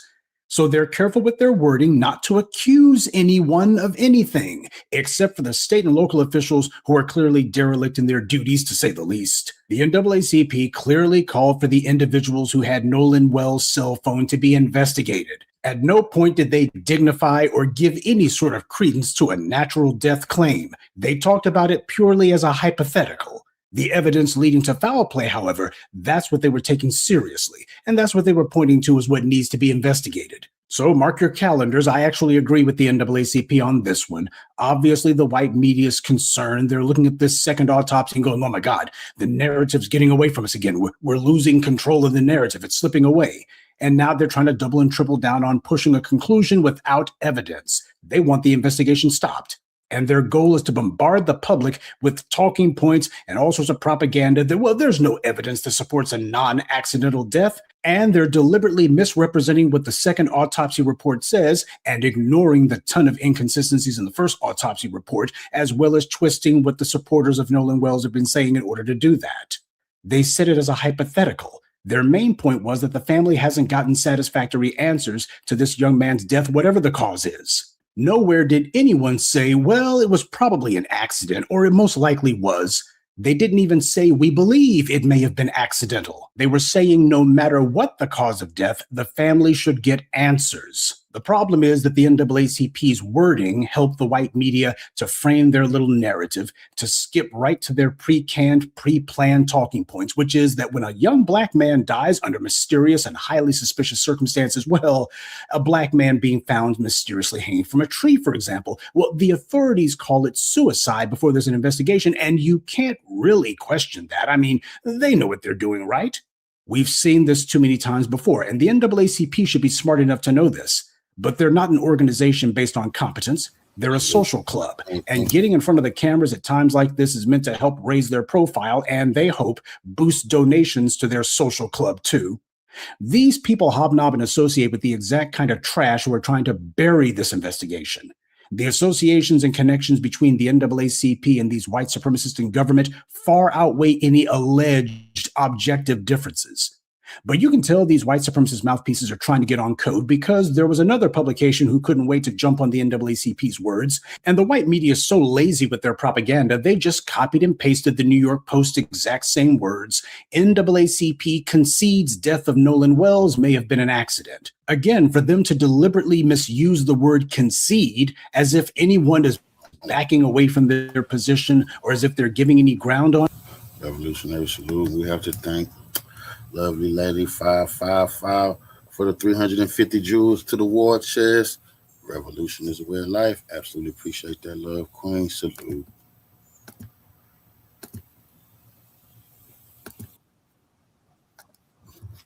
On it when they actually didn't. When they're saying it as a hypothetical, it shows how desperate they are to try to push a particular talking point. But what else would you expect? The Daily Mail is a foreign rag. They're not a US-based anything, but you can smell the stench on the other side of the Atlantic. But one simply has to wonder, why is a publication in Britain so eager to absolve the local white authorities all the way over in Mississippi? Why the world would anyone in Britain care about this? Well, probably for the exact same reason that a Brit, Douglas Murray, was all butthurt and angry at the idea of F.B.A.'s getting reparations, even though as a Brit, he has absolutely nothing to do with that. And Douglas Murray's little editorial was published in the exact same New York Post that deliberately misrepresented the NAACP's words on Nolan Wells' death. So there's not even 1 degree of separation among these liars. They all draw from the exact same well. White supremacy is global. And if one of them gets punished in one place, that opens the possibility to all of them finally being made subject to consequences. Common sense says that the enemy lies, deceives, and would be desperately trying to twist people's words regardless. That's a given. But the real problem here is that these civil rights retreads are only too willing to accommodate the white powers that be. They're so used to giving fork-tongued answers where they have to be willing to take both sides of every issue so as not to offend white society. It makes it where they can't stand firm when white power tries to bowl them over. White power says something that is either demonstrably false or at the very least cannot be taken at face value, and the NAACP decides that they're going to keep some wiggle room there, keep the door open instead of slamming it shut. It is not the responsibility of Nolan Wells' family to prove that he was murdered. They're not the ones who are conducting the investigation. And the family of Nolan Wells are also not the ones who have all kinds of direct and indirect ties with the individuals who saw young Nolan last. You know full well that these people all have some sibling or idiot cousin who they've got in common. And the history of Mississippi, when it comes to murdering young black males in particular, and then lying egregiously about their deaths afterwards, is very well known and very well documented. From Emmett Till to James Chaney, you know he was one of the 3 civil rights workers murdered in the 1960s by sheriff's deputies. Whenever they mention the 3 civil rights workers murdered, Goodman, Schwerner, and Chaney, they always mention Chaney dead last. These white liberals always make sure of that. That alone, however, in the history of Mississippi is an indelible stain on all so-called law enforcement in that toilet, which should never be allowed to live that down, not today, not tomorrow, not in a million years. So when these racist authorities say to take their word for it, you tell them hell no. And if some moron asks why, you tell them because we know these people too well. So what the headline should be is that white media outlets concede that Nolan Wells' death may have been non-accidental. They cite the evidence of trauma to his body, but they don't say that he wasn't killed. They don't say he wasn't murdered. They concede that he may well have been killed. Then, well, we can't say for sure. There's not enough evidence to say for sure. Well, using their own talking point, this merits further investigation, and you can't call it accidental. Whenever you get the missing white woman of the week, nobody, I mean absolutely nobody in the white media has ever said, well, she probably committed suicide, or she probably just drowned. We can't question the authorities. We certainly can't be jumping to conclusions. If the authorities say this is what happened, well, we need to accept that that's what happened. Natalie Holloway went missing, and her body has never been found. People who were with her before her disappearance, they all say that she had been drinking the night before she vanished. In fact, she'd been drinking a lot during her trip to Aruba, and yet neither the white media, certainly not Nancy Grace, nor the white society at large has ever said that Natalie Holloway's drinking alcohol had anything to do with her disappearance. And keep in mind, her body has never been found. Yet the white media never once questioned the family's demand for answers, and they never accepted what the authorities in Aruba said. In fact, the white media made a crusade out of defying what the authorities said. They weren't going to take no for an answer. When has any black person ever gone missing and the white media joined with the family to demand answers? And the white media didn't try to impugn the family's integrity when it came to Natalie Holloway. They weren't impugning all of the doubters and the critics and the skeptics. You didn't see any white media reports saying that Natalie Holloway's supporters gasped at the claims of the Aruba authorities. After all, why would they be surprised? It's not unusual for people to go missing on vacation. When a white person, especially a white woman, goes missing or turns up dead, the white media never tries to find a way to whitewash it and sanitize it and say, well, the family's concerns are not really valid. Oh, these guys are making much ado about nothing. It's just a tragic confluence of events. It certainly can't be foul play. They did that all the time. John Benet Ramsey, all the rest of them, what they do is they immediately say, well, we have to make absolutely certain it's not foul play. And if the family is not satisfied, then we aren't either. But with black people, no matter how blatant or unambiguous the circumstances or the evidence are, you can watch a black person being killed on camera and the white media will be the first ones to say, well, we can't jump to any conclusions now. I mean, we have to go ahead and look at all the possibilities, no matter how stupid. And we have to go with the ones that say that the white authorities are not to blame. Just like they're doing with Nolan Wells. They're trying every type of crackpot possibility. They're flying every kind of urban legend that they can come up with, throwing all kinds of crap against the wall, anything and everything that they can to dismiss all the questions. The white media isn't doing news coverage. They're doing a cover-up, which, by the way, is exactly what happened when Chaney, Goodman, and Schwerner were murdered. Their bodies had been buried by their murderers, and the local rednecks down there were all saying, well, nobody here would do anything like that. This is all a ruse to make us look bad. It's all a hoax. Don't you guys know it's a fraud by people who don't like us? They're just trying to make us look bad. And the white media echoed that sentiment. That is, until the bodies were found. And then all these creeps suddenly went into hiding. The white media had nothing to say. They've been trying to find a way to hide from their words ever since. That happened in Mississippi. The family of Nolan Wells has every right to be suspicious, not just of the white males who he had been in the company of last and who had his keys, by the way, but also of the local authorities. If he voluntarily separated from the group, why would he give them his keys? Even his so-called friends can't answer that. And the family of Nolan Wells would be fools to believe anything from the racist in Mississippi law enforcement. Half of the police down there have either murdered a black person or they've helped to cover up the murder of a black person. And with Nolan Wells, it looks like they're up to their old tricks again. So, of course, everyone's going to be keeping an eye on how this story develops. But what they're not going to be doing is taking the word of Mississippi law enforcement or the white media for anything. Because while neither the police nor the white media necessarily had anything directly to do with the death of Nolan Wells, the reality is you can't ask for credibility when you never had any to begin with. Good day and be one. I'd like to take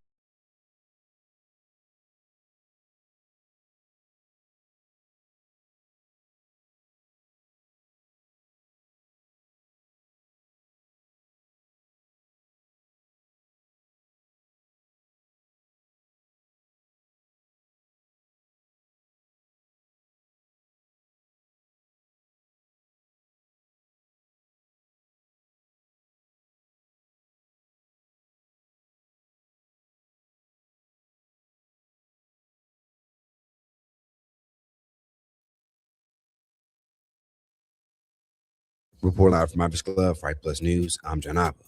The case of Nolan Wells looks to be one of the most interesting cases in recent years. A black teen in Mississippi goes missing after being left on an island by his friends, who happen to be a mainly all-white group, and is found to wash ashore 2 days later. At the start of this case, local authorities to some spoke too soon by suggesting that no foul play appeared to be suspected, and then later reassured Wells' family and those interested in the case that it will be handled like any other case. Now, from our point of view, that could be the error, because Nolan Wells' mysterious death is not like any other case. On Tuesday, in the aftermath of a new piece of background audio being highlighted, a part of an emergency CTO call, many who not only fear what happened to Nolan could happen to them, and those who want answers would question and begin turning up the accusation against Nolan's friends who he traveled to Horn Island with.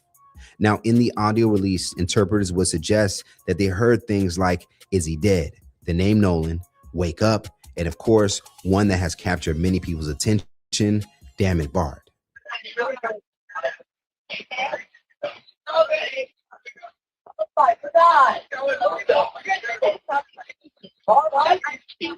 Hey, we're at the west tip of Horn, and our bilge pump stopped working. We're sinking. Can y'all please come? We have a membership. Shut the fuck up! Depending on how you interpret the audio, it can be heard as the final moments to a crime, where one of his friends yells at another friend for taking a life, while others suggest to cover it up. If you do interpret it this way, it could answer how Wells could just end up disappearing out of thin air. Now, a part of this interpretation, Wells' former teammate Bart Edmondson would be called out due to him seemingly being the person to angrily shout out, "Shut the F up," after panic would take over the boat, making it appear as if he had just finished doing something to Wells, in which you would also hear female passengers not being able to contain their emotions with what they were witnessing, as some are suggesting that they heard Nolan. On Wednesday, as more and more people accuse Edmondson as being a possible suspect, it appears that he and his family are now responding with their own attorney, conservative commentator Russ Latino, based in Mississippi. On Wednesday morning, Latino would announce that he is now joining the Edmondson family to clear Bart's name and go after anyone making defamatory statements. On Facebook, he was retained by the family of Bart Edmondson to pursue people defaming him with wholly fabricated assertions of fact that are putting Bart, his family, and friends in harm's way.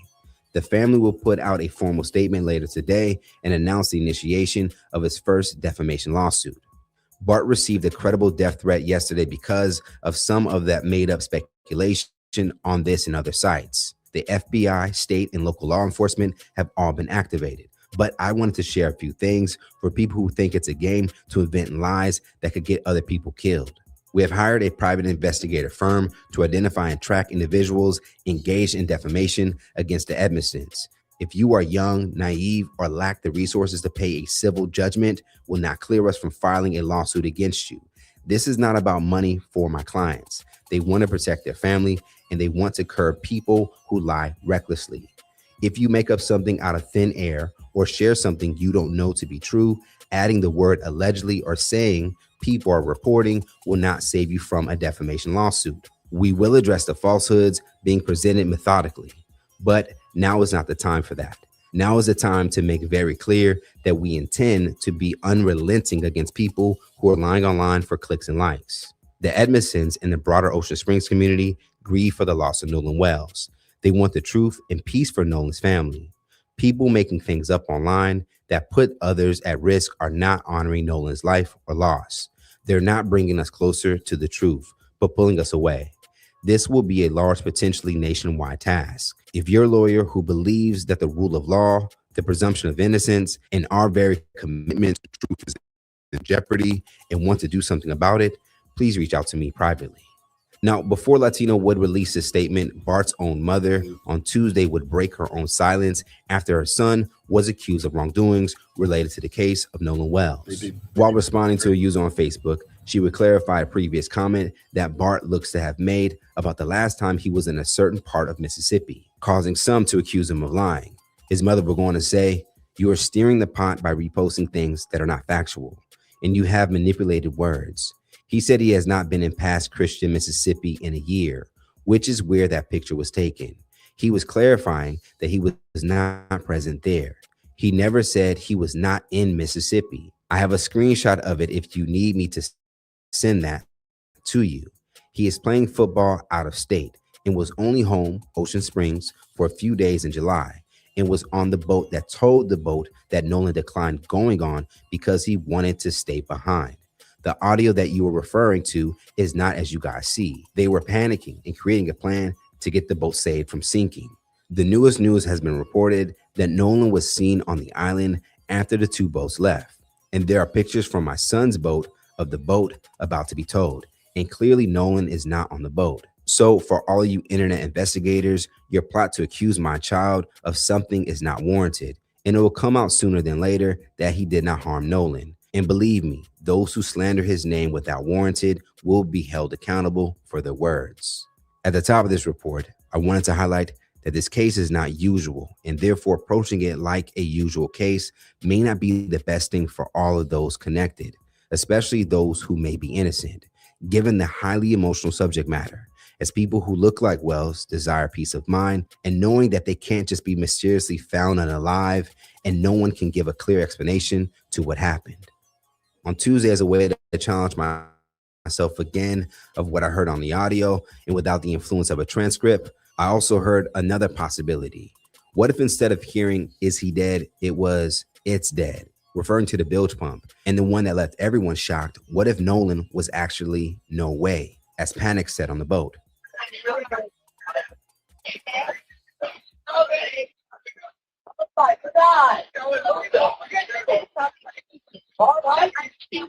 Hey, we're at the west tip of Horn, and our bilge pump stopped working. We're sinking. Can y'all please come? We have a membership. Now, if this is the case, there are still other questions, like Wyatt Pyron's grandfather appearing to call the CETO captain directly to cancel help, as Wyatt was on the phone to get help.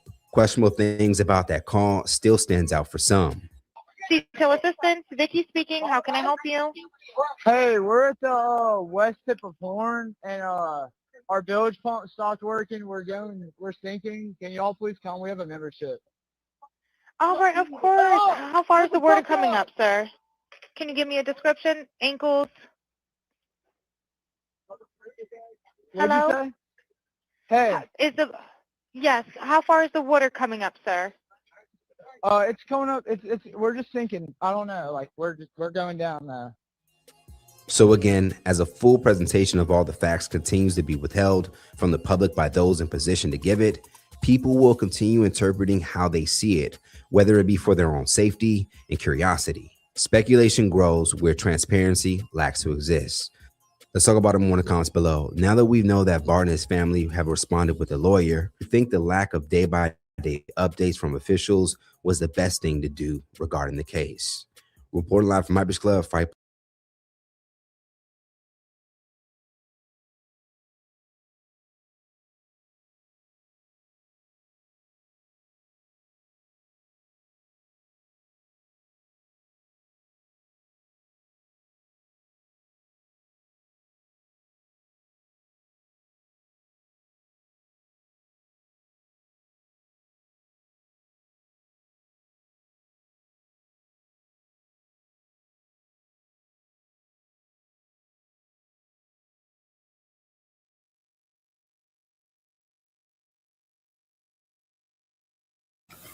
Revolutionary salute to our brother Philip for the donation to the war chest. Revolution is a way of life. Absolutely appreciate the love, soldier. Salute.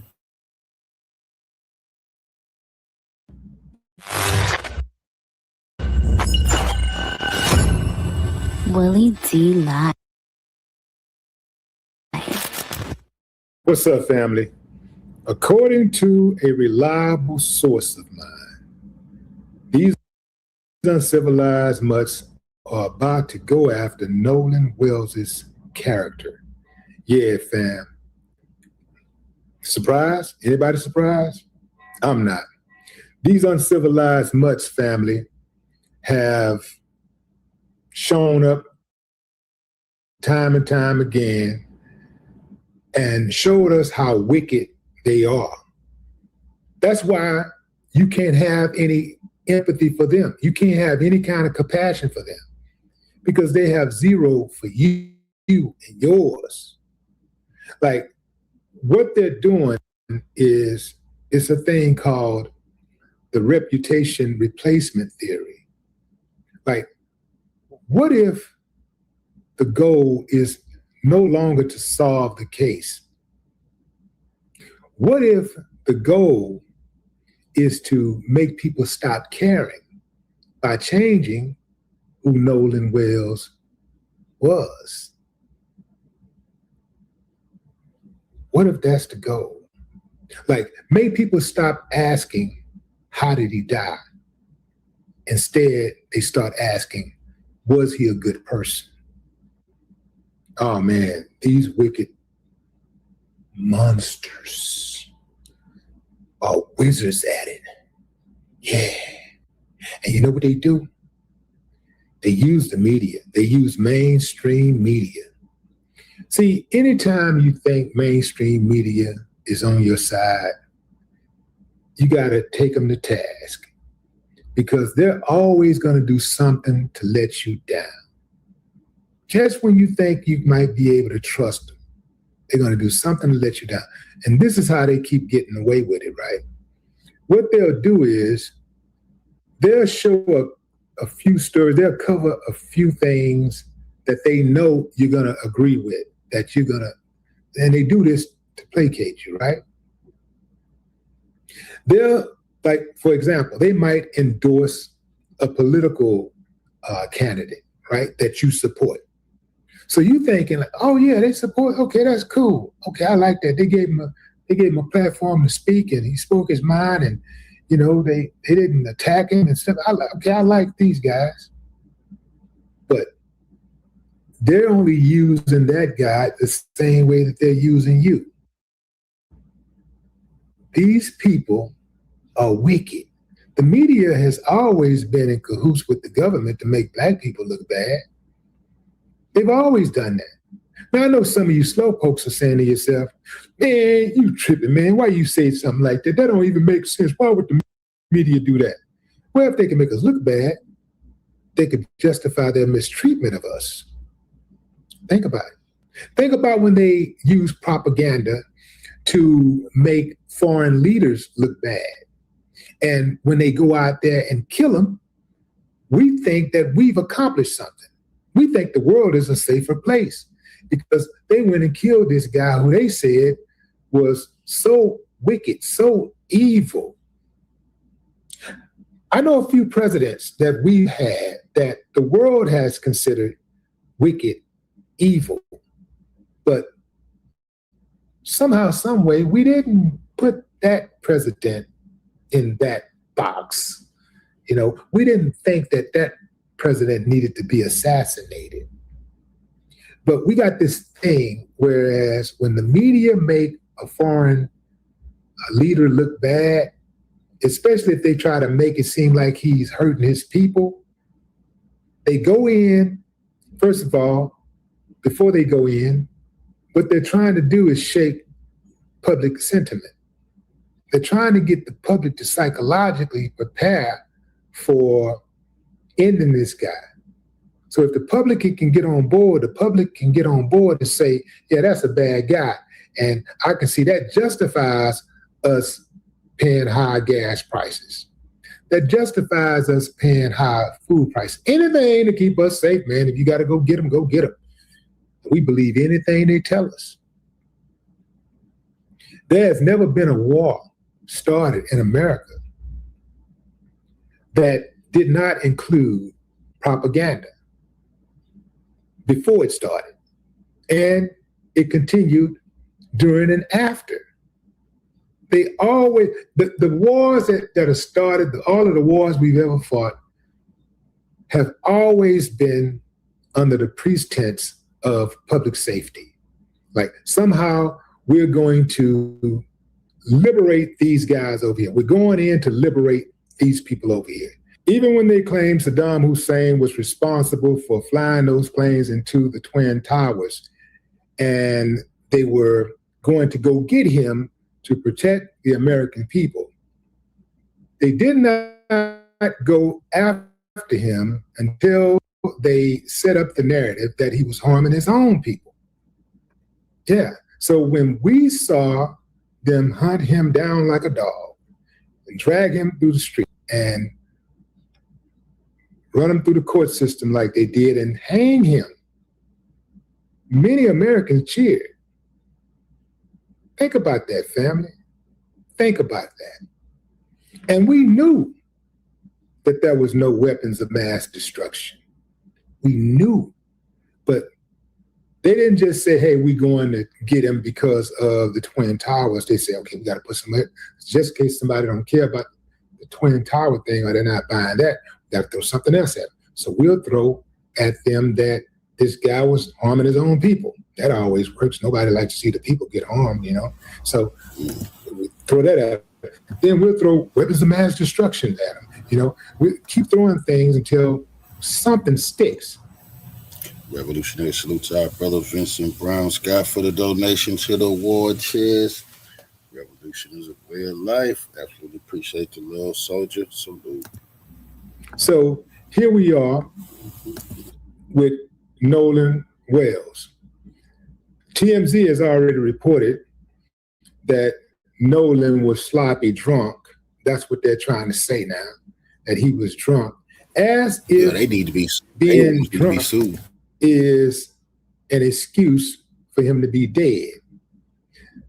What they're trying to say is that, what they're alluding to is that maybe he was drunk, he was so intoxicated that he somehow, some way slipped, fell, and he drowned, or he dived into the pool, but he didn't have enough strength.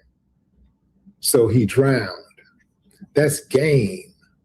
That's game. That's throwing a bunch of stuff up against the wall and trying to see what sticks. What they're trying to do is just confuse people enough to not care, you know, because if you say, okay, drinking, okay, he did drugs. Oh, he called a girl a B word one time, and, you know, just any little thing that they can throw out there to try to get you off your game. So you got character evidence and evidence about the event, right? So they're trying to hit us with, because they don't have evidence, or they're not producing the evidence about the event, so they're trying to hit us with the character evidence, right? That's what they're trying to do. They're trying to hit us with the character evidence. We're going to talk about his flaws as a human being.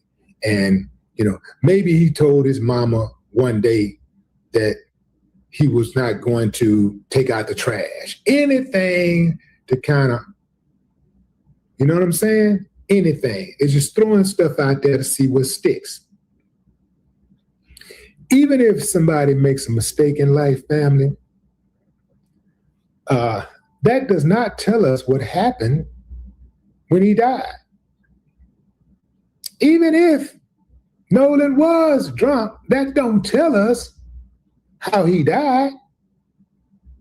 You understand? But that's what they're trying to do. They're trying to get us to jump to conclusions. Yeah. Sometimes a flood of new claims, whether they be true, false, or unverified, can muddy the waters. You know, it can make it harder for people to determine what side of the fence they're standing on.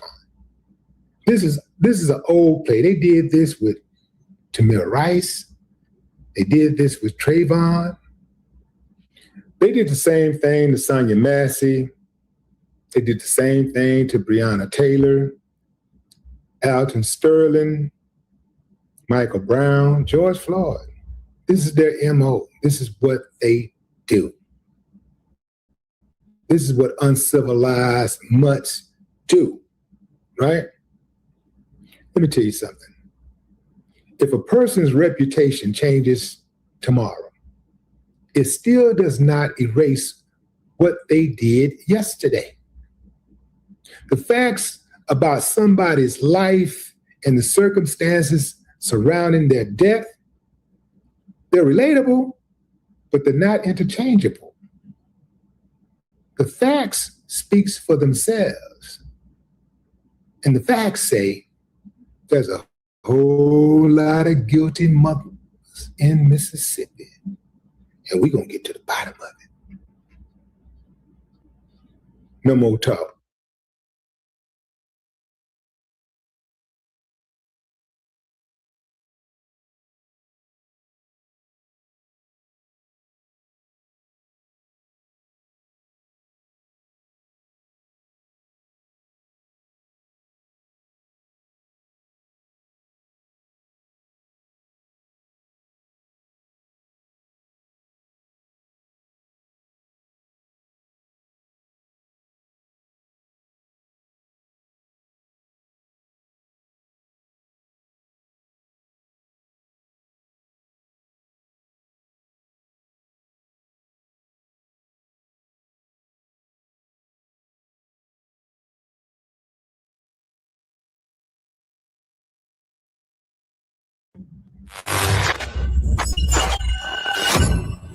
Willie D Live. What's up, family? So we got enhanced audio from the Horn Island Beach incident that was sent to me via email. This comes from someone named It's Lemon Time, T-Y-M-E, on Instagram. They posted this first. I hadn't seen this. I had not heard the audio. This is my first time ever listening to this clip. And family, somebody got some explaining to do. The background music and noise was removed. The source audio is from the originally released video. So what you're gonna hear is a guy saying effing chicken, followed by a different guy that blurts out the N-word. You can hear that very, very clearly. Then it's followed by what sounds like the original guy saying, you don't want to effing F with me. That's why I F your girl. Okay, fam. So the question is, who is the girl, right? That's what we need to know. And again, salute to It's Lemon Time for being on top of this. A lot of content creators are putting in work, and I'll come back and expound on that in a moment. But first, I'll let y'all check out some of this audio. It's a couple of audio clips. Here's the first one. Right. All right, do you have your current GPS coordinates?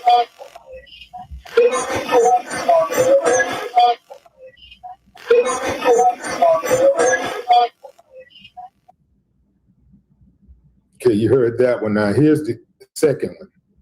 This is the one where somebody's saying the N-word. You can hear it clearly.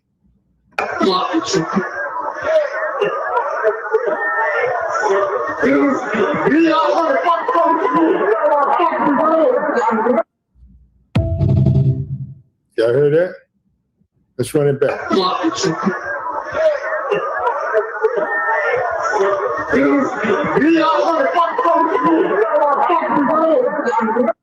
I saw a video on Instagram not too long ago, and that was this woman warning Black folks about the 4 W's: water, woods, whiskey, and white folks.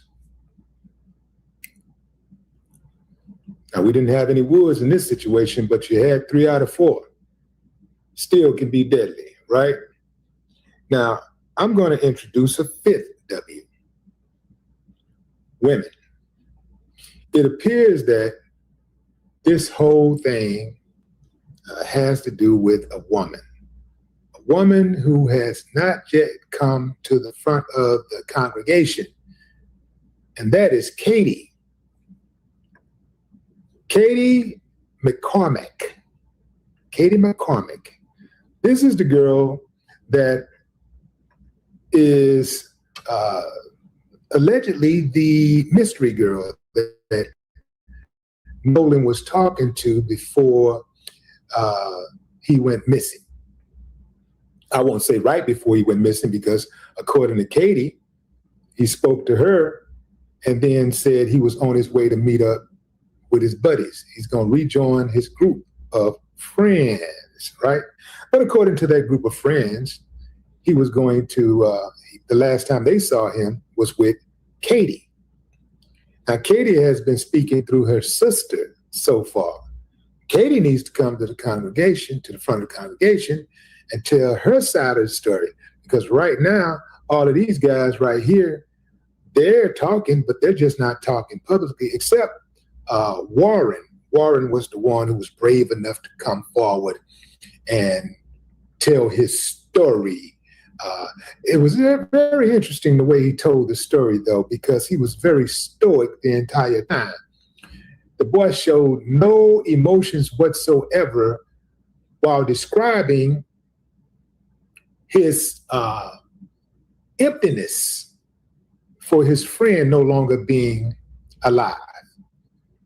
The trip part about that interview is that Warren spent the entire time trying to absolve himself from the situation. He kept trying to make sure he was at a safe distance, but he did not talk about speculate on how Nolan may have come up missing or drowned, right? I just find it incredibly odd that someone could drown around hundreds of people. Somebody boating could drown, and that's hundreds of people in every direction, and nobody saw anything. There ain't one person who can say, I saw him jump in the water. I saw him slip and fall overboard. I heard him say, man, I'm finna end it all. Now they're focusing on this new spin about Nolan being drunk. He was drunk. He was heavily intoxicated. Really? Says who? The toxicology report hasn't come back yet. What I'm saying is that his buddy Warren said that Nolan was fine. Don't you know if Nolan was drunk, that Warren would have immediately included that in his statement? Because again, he's trying to absolve himself. He's throwing everything up against the wall and hoping something sticks. If he was drunk, that could be one of those things that could throw off the scent of the people who are suspicious of Warren. So Warren would have threw that out there immediately. Oh, he was drunk. I told him, lay off the booze, man. You're drunk. You're taking too much. And he just kept drinking. They would have threw that narrative out there immediately. Kind of like when you're dealing with the police. If somebody really had a gun, if the police was running up on somebody and they said, well, we thought he had a gun. If that person really had a gun, they'd show video footage of it immediately. They would take pictures. They would show the pictures of the gun in the person's hands or in close proximity to the person so that they could shape the narrative, right? They would show that immediately. When they don't have that, they have to create a narrative. They have to create a narrative. But Warren had one of the plausible narratives that people who don't really need a lot of evidence to form an opinion would have accepted. The boy wasn't drunk. He was not drunk. Remember now, he had an upcoming trial. He was trying out for a D1 school, athlete. And what is the odds? What are the odds of all of these white people being on the island? And the only person drowned is the black guy. The black guy who is a strong swimmer. What are the odds? Astronomical. I'm not buying it. I'm absolutely not buying it. Katie got some explaining to do, and so does these guys. Nolan Wells did not drown. Nolan Wells did not drown. Nolan Wells was murdered. 2 + 2 is 4. Any way you go. I don't care what, we got a lot of differences. We got a lot of cultural differences. But math is the same any way you go. 2 + 2 is 4. It ain't 7. It ain't 9 in some places. It ain't 30 in some places. It's always 4. They think they're slick. Now you got TMZ and ABC News spinning the narrative. Oh, Nolan was drunk. And they're saying also, ABC said, one of the ABC News reports said, Nolan was left behind on the island. They didn't say that the friend claimed Nolan was left behind on the island. They said, and Nolan was left behind on the island as the friends did this, that, as if that was factual. They don't know that to be a fact, but they reported it like that. Why? Because they're all family. They're all in the same game. Don't get fooled by the suits. Don't get fooled by the fancy attire and the big lights in the studio and all of that type of stuff. See, I ain't got no big old studio and lights and a bunch of staff and none of that. It's just me and the mic, like it's always been. I ain't never needed all of that to be forthcoming with the truth. Man, I can see. I got eyes. I can see. I got ears. I can hear. I got a brain. I can think. I got a whole lot of common sense. A whole lot of common sense. More sense than a whole lot of people that's walking around here with PhDs. That's right. I said it. Yeah. Some people think that book smart makes you smart. There's a difference. Nolan Wells did not kill himself. Nolan Wells did not kill himself. Nolan Wells was murdered. And right now, fam, what you're witnessing is a 21st century cover-up on the highest level. All of them. I'm talking about local officials, state officials, government officials, media, all of them have jumped on board to deny the Wansleys justice. No more talk.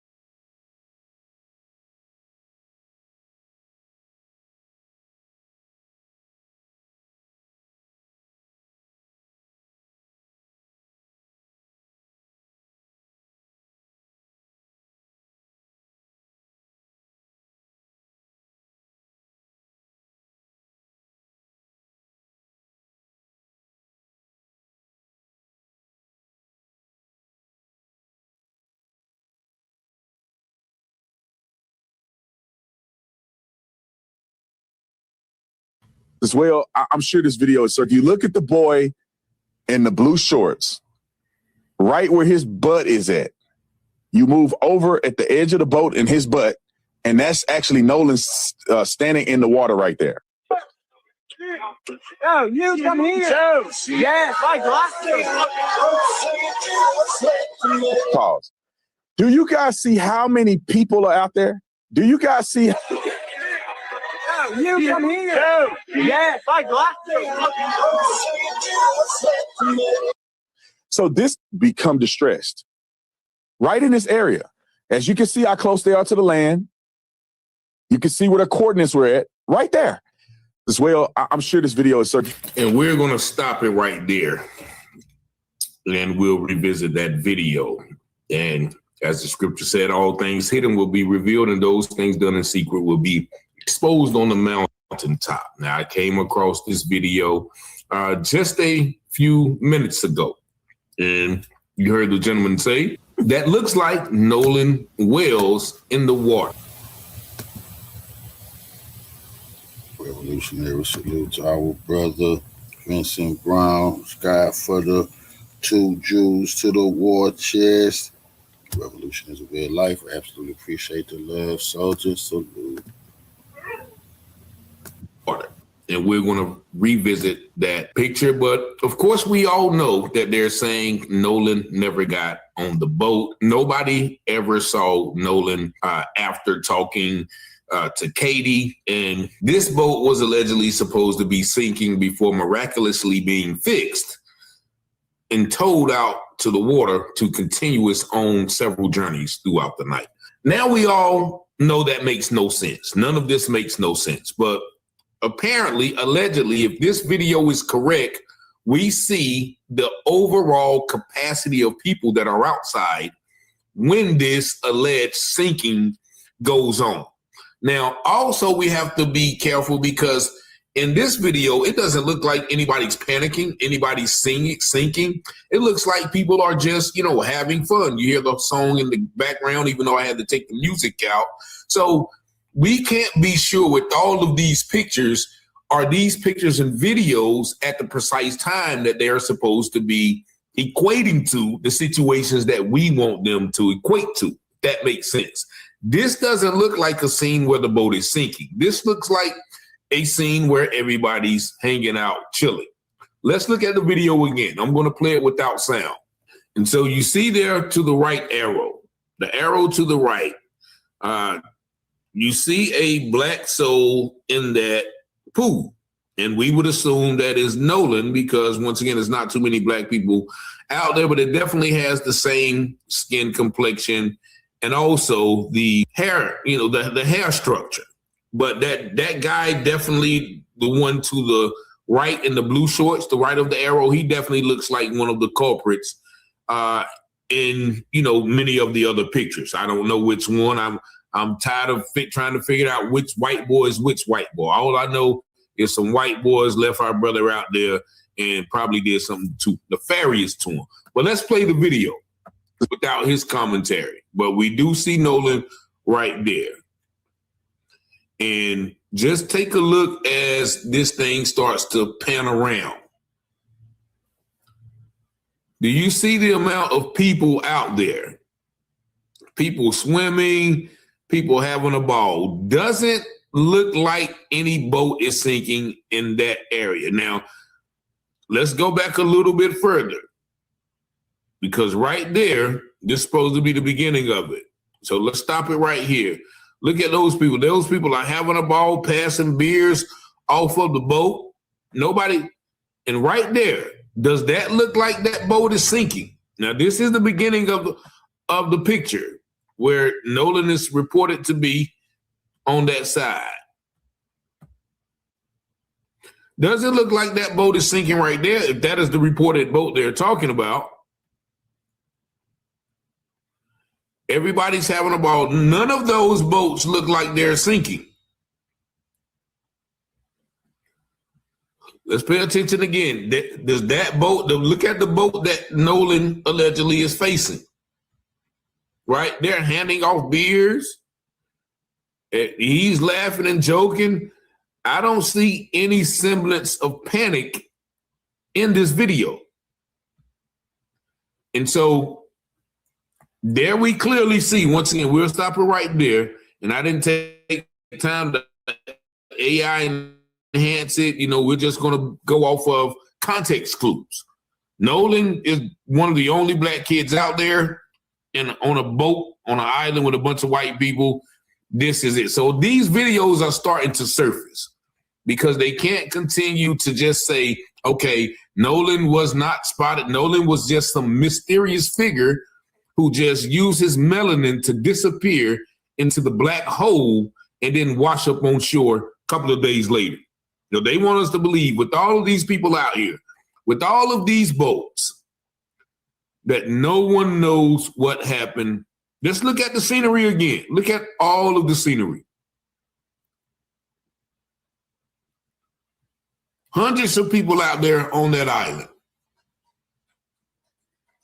They're having a ball, drinking, partying. And so even though the caption on that video said a picture of Nolan in the water as the boat sinks, I would venture to say that this may be before that time. Or once again, it may be while the boat was sinking. But if we are to believe that, then, we would have to believe that they actually left him on the island, because after the boat sinks, you never see Nolan again. And so if that's when the boat is sinking, or they're calling him to tell him, hey, get on the boat, get on the boat, get on the boat, and he doesn't get on the boat, then we would believe, or have to believe, that, that is when they're sinking. But that right there actually could not be where they were sinking, because remember on the call, and once again, maybe it was a lie. Somebody pointed to me out that they probably was on the dock when that call was made, because they said, Bart, jump in and pull the plug. Jump in and pull the plug. Now on the call, Warren said, well, we're in 31 feet of water. No way he can jump in the water and pull the plug if the water is that deep. So this may or may be when the call was made. We don't know. I just have to analyze the video for what I see. And what I see, I don't see a lot of distress. But what I do see is a island full of people and only a scarcity of melanin out there. And then all of a sudden the melanin disappears. So once again, I don't know how authentic this is. I haven't checked this with the AI generator and all those things. This video looks authentic to me. Definitely does. And the characters on the boat look like a lot of the characters I've seen in some of these extracurricular photos that are floating around. Nevertheless, we have a big major problem. Once again, we have a young black man who went out with 4, 5, or 30, as they say, white boys on 3 different boats, allegedly was talking to this guy Bart's ex-girlfriend, and Bart somehow says he wasn't there when he was there. And then nobody's story makes sense after they don't see Nolan until his body washes ashore. And so, once again, this is a new video. Somebody else can analyze it. Y'all tell me. Everybody's been doing an excellent job of analyzing the information and the material that is put out there. So I'm willing to hear what you guys think in the video. The timestamp. I mean, so many good theories and ideas and plausible solutions or plausible perceptions of what happened. It's just up in the air until we get somebody to say, okay, somebody to break, and then we'll possibly get some answers. But as the scripture said, young people who obey the law are wise, but those with wild friends bring shame to their parents. And I think it's about time that we start investigating and bringing shame to these parents, because that is what they are trying to protect. The shame of their legacy, their rich kids, or, their football career, or, their athletic career, or their business acumen, all of the bright future these rich kids have ahead of them. They're willing to lie, cheat, steal, deceive, cover up to protect those things. But take no part in the works of darkness, rather expose them, for it is a shame to even speak of what they do in secret. Y'all let me know what y'all think. Y'all see the number 919-587-7782. Thank y'all for liking, watching, sharing, and subscribing to the channel. And as always, I pray you have peace and blessings. And as the scripture says, all things that are hidden shall be revealed, and those things done in secret shall be exposed on the mountain.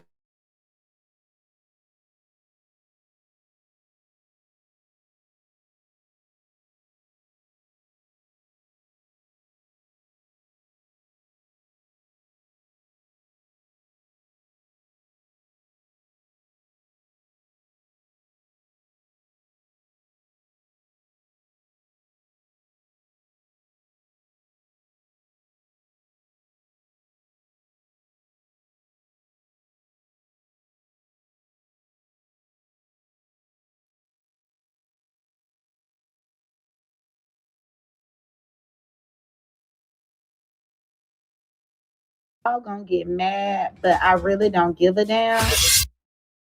Get him. Governor of Mississippi, since we calling people out, let's get this out when there are discrepancies in the stories. Get him. Why aren't you calling that man out for going on Nancy Grace and allegedly not standing on what he previously said? Get him. Why aren't you calling out the Mississippi State Police Department for the way this investigation has been handled? Get him. Why aren't you calling out the people responsible for keeping the public in an uproar? Because we still don't have any clear answers. The police report just came out in the Nolan Wells case, and people all over the internet already starting to poke holes through the whole thing. They saying it's lies throughout the whole police report. Also, there's more video of Nolan Wells in the water, but it's a little snippet. I guess when you were in the water, you just pan your camera around, get your footage, and put your phone back up. But there is a little snippet of Nolan Wells in the water. I don't know what time of the day it was, but you know the other side going to say it was way past when his friends had left. But we don't know what time of the day it was. But let's get into these videos, y'all. Check it out. Hey, Nolan Wells deniers. Why do you think that his friends told the cops that they didn't know the girl that he went with? Weird how in Warren's little interview, he fails to mention that he spoke with the deputies and several friends claimed they didn't know the girl he left with. Right here, 1:30 in the morning, even though they were supposedly texting with Katie, right? Didn't get their story straight yet. Right there in black and white, the boys lied. Or are we going to pretend that this isn't evidence too? In the Bible, it says their pride has deceived them. And we all know pride comes before the fall. They are so used to getting away with certain things in their little city. They think that the world is going to go for it. And this is why he think he could go on these interviews like these people are going to believe me. No, these people are going to expose your ass.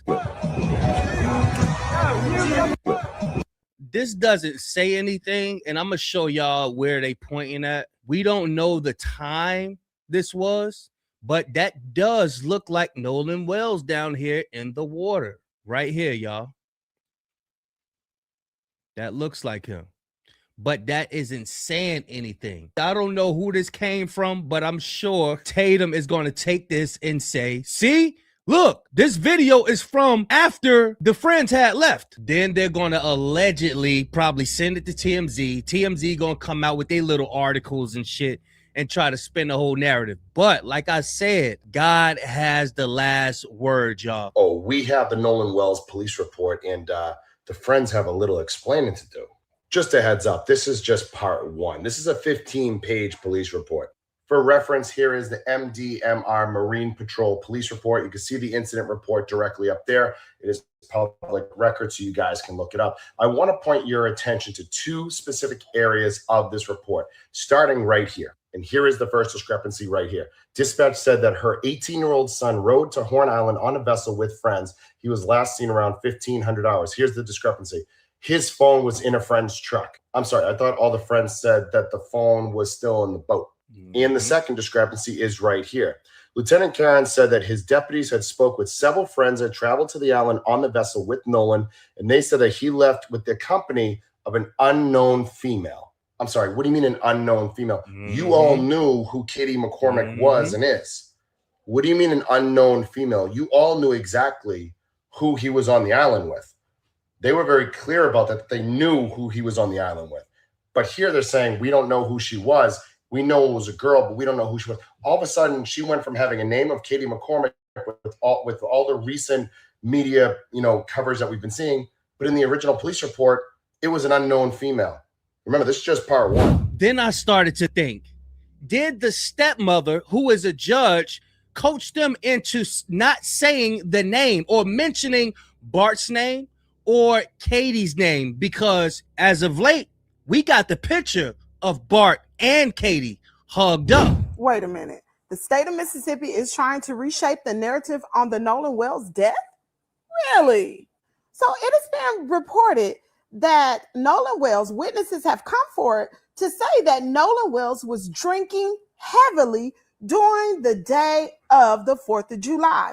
As to say, that's why he drowned. Because remember, authorities have already come out and said, even before they did the autopsy, that Nolan Wells drowned.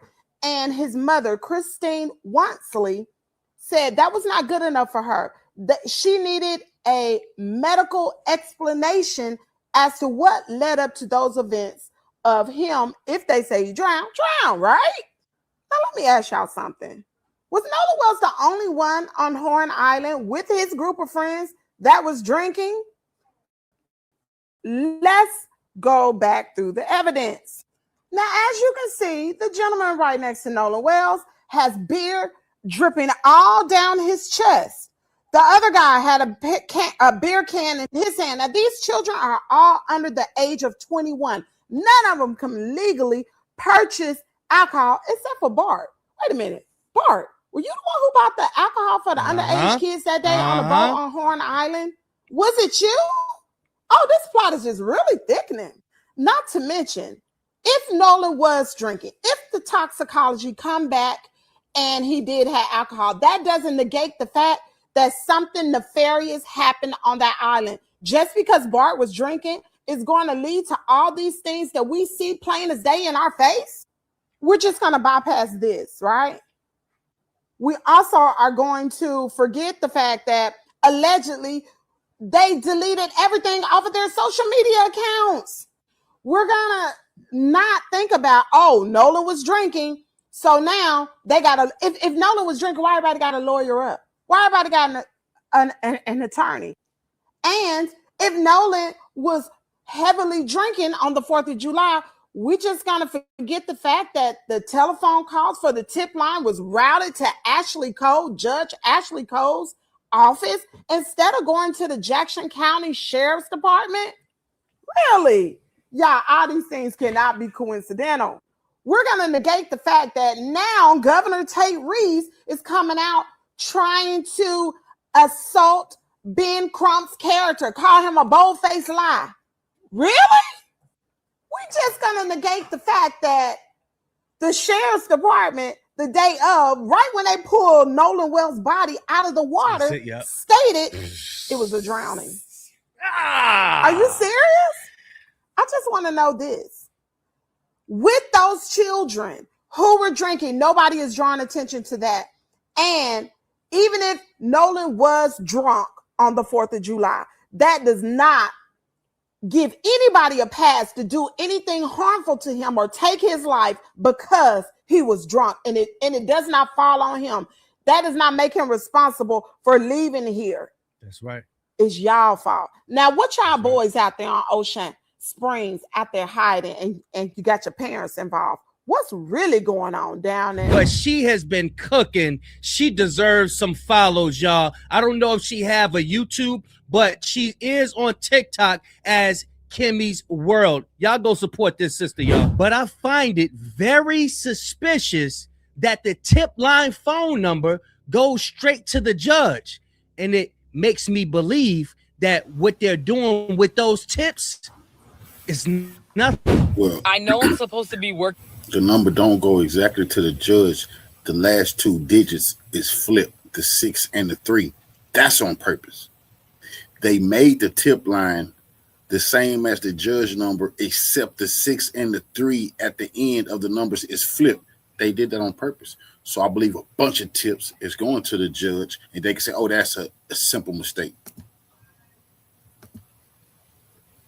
working, but I had to stop to tell y'all this. Civil rights attorney Ben Crump has sent out litigation letters to each and every person who was around Nolan Wells during his disappearance. And these letters are warning them that they are to keep every single text message, Snapchat, photo, cooler, any evidence that could be used in this case. And if you ask me, those kids should have already been arrested and detained until we have answers.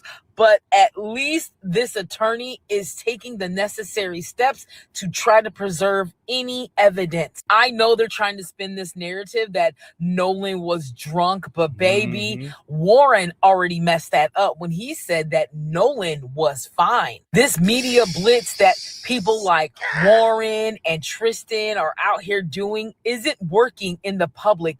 We don't believe it. And that smear campaign that TMZ is on, we definitely don't believe that one. These kids may have lawyered up already and deleted their social medias, but baby, let me tell you, all of that is going to be retrieved. And when this case gets cracked, they are going to be held liable. The number one and the main reason why I'm not going to believe that there's a timeline saying that 18-year-old Nolan Wells was truly seen after 6 p.m.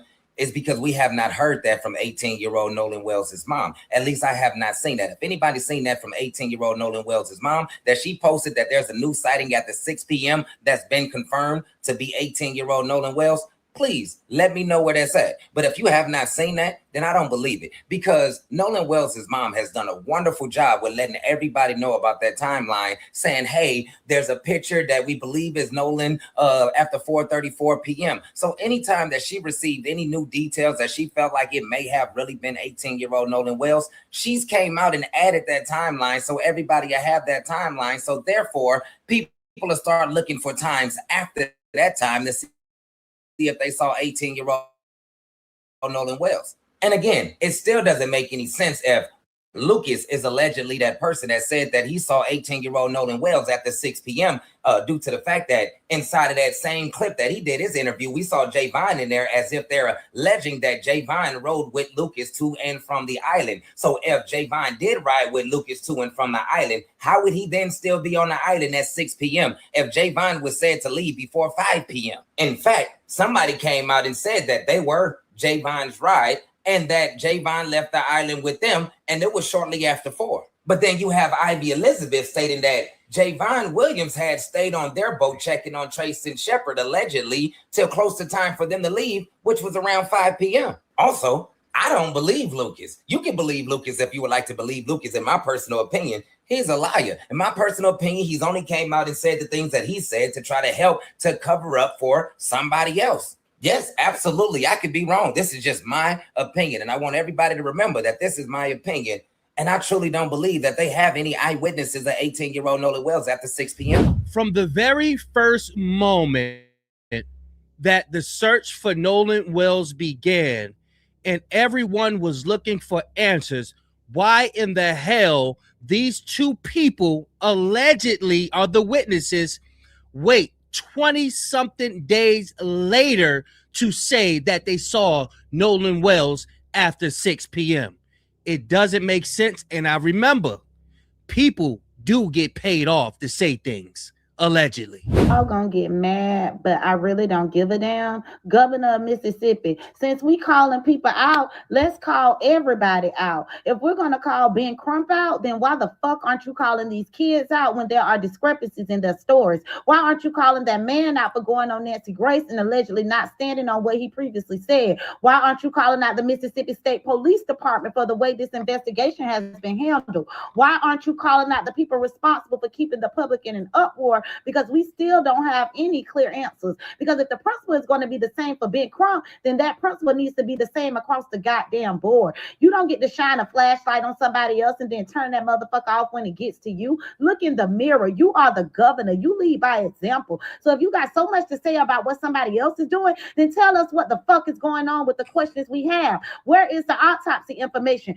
What happened to the throat tissue? What information can you give this family about the findings? Why was the public not giving clearer explanations about these issues sooner? And why the hell are we listening to an audio recording where people are allegedly calling for help, but the audio is so unclear that we're still sitting here trying to figure out what the fuck was happening? Make that shit make sense, because you can't demand accountability from one person while everybody else gets the goddamn pass. That's not accountability. That's selective accountability. And until I hear answers to the questions that this family and this public have been asking, I don't want to hear shit about Ben Crump. At least he's over there trying to get answers for this family. So, Governor, if you want to call somebody out, call everybody out. Call your own people out. Call the agencies out. Call the people whose stories don't line up out. And then come back and tell us what the fuck happened to Nolan Wells, because that's what the hell we want to know. For the weapons of our warfare are not carnal, but mighty through God to the pulling down of strongholds. The news just came out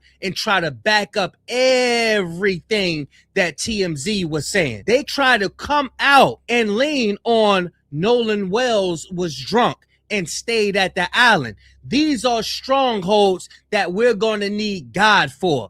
All my prayer warriors, all my spiritual people, hell, if you don't even believe in the Most High and you support Nolan Wells, I want you to close your eyes and I want you to meditate. But for all my prayer warriors, y'all get in that closet, y'all know what to do, because these people are working day and night, losing sleep, trying to figure out how they're going to wiggle their way through this and blame Nolan Wells for his own unaliving.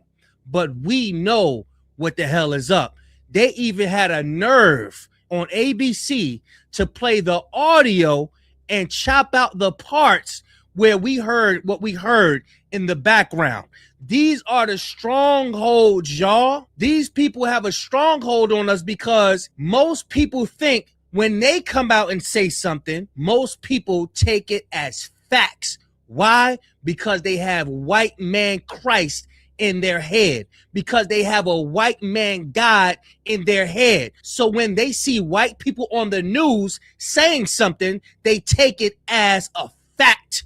These are the strongholds that we must cast down, y'all. And we don't have to use weapons. Why? Because God is on our side. Y'all get in the comment section. Y'all let me know what y'all think about this police report. Y'all get in the comment section. Y'all let me know what y'all think about our sisters supporting their brothers, because this is what they don't want. They want for us to continue with the gender wars. They do not want our sisters standing up for our brothers, because they know when that happens, it's a wrap. They cannot stand our sisters snapping on their ass. That irritates them. When our sisters stand up and start snapping, they hate that shit. That would drive them the hell away. But y'all let me know what y'all think about this new video of Nolan Wells in the water. You know they want to say that that's after 6 p.m., right? They want to say that's well after when Nolan Wells' fake friends had left, right? But that ain't going to do nothing. Everything that they're coming out with, trust me, God is going to make a way whereas though they're going to have to eat every word, y'all. Y'all let me know what y'all think, man. Make sure y'all hype this video. Make sure y'all subscribe. Big Kish signing out.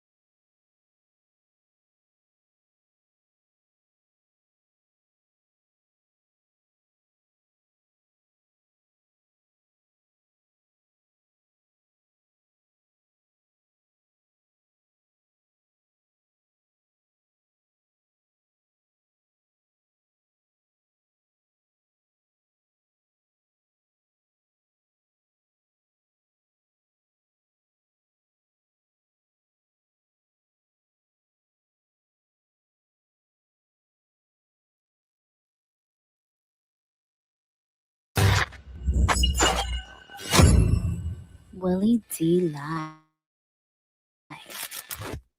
Hey, we're at the west tip of Horn, and our bilge pump stopped working. We're sinking. This morning, more audio of the frantic call from the boat Nolan Wells was supposed to have taken to shore after celebrating July 4th with friends on a remote barrier island off the Mississippi Gulf Coast. And what do you want to do? Do you want to be towed back? I want to get this boat on sank and towed back, yes. The caller told the dispatcher everyone aboard was unhurt and noted he and the passengers were young. There are 0 adults on board. Nobody here is over the age of 21. Documents obtained by ABC News show that boat set off for Horn Island just before 10 a.m. the morning of July 4th. Wells and his friends arrived at 11:14. For the next 5 hours, the boat was stationary until it left at 4:31 p.m. without Wells, moving it no more than 4 knots. Whatever problem the teens reported was resolved about an hour later at 5:25 when vessel regains normal operation and begins accelerating at 30 to 35 knots. Friends said they did not abandon Wells. Rather, the Mississippi Department of Marine Resources reported his friends saying Wells was in the company of an unknown female and that he chose to remain at the island. As searchers began scanning the island and surrounding waters, this email obtained by ABC News shows the preliminary information they were given, describing Wells as a black male, 6'1", 180 pounds, wearing shorts only. The Marine Patrol listed his alcohol intake as heavy. The state's autopsy, including the results of toxicology tests, is pending. As long as we continue to remember him, his light will continue to shine through us all. Nolan, we love you. We'll continue to fight for you. Wells was laid to rest last week. A source tells ABC News on the day of the funeral, his mother sent his friends legal notice to expect a lawsuit, instructing them to preserve evidence and not to delete anything on their phones.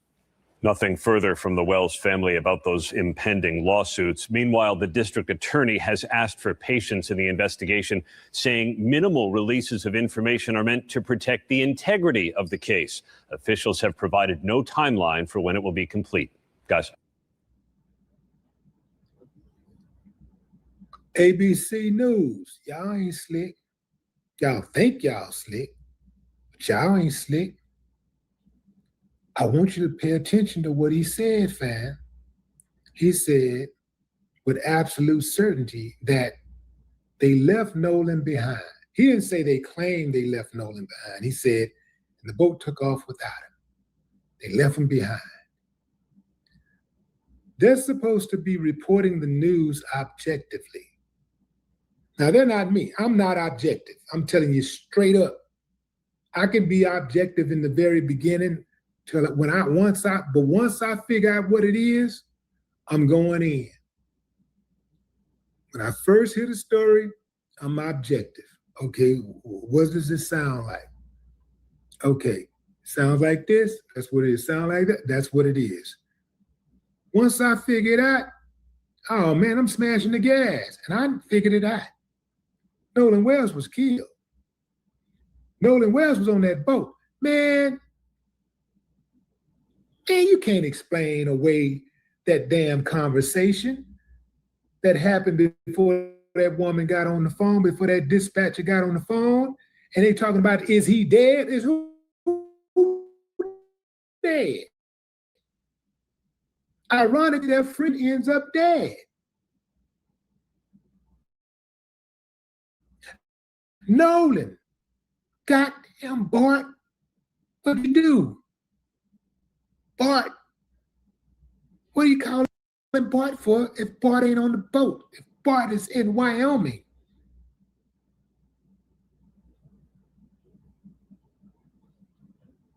Oh my God, so many inconsistencies in their stories. We ain't even got to the part where they said he went with the girl and the girl said he went with them. We ain't even got to the part of these uncivilized mutts was holding his phone knowing he was allegedly missing and the parents would want that phone. Holding his keys, knowing that the parents would want those keys.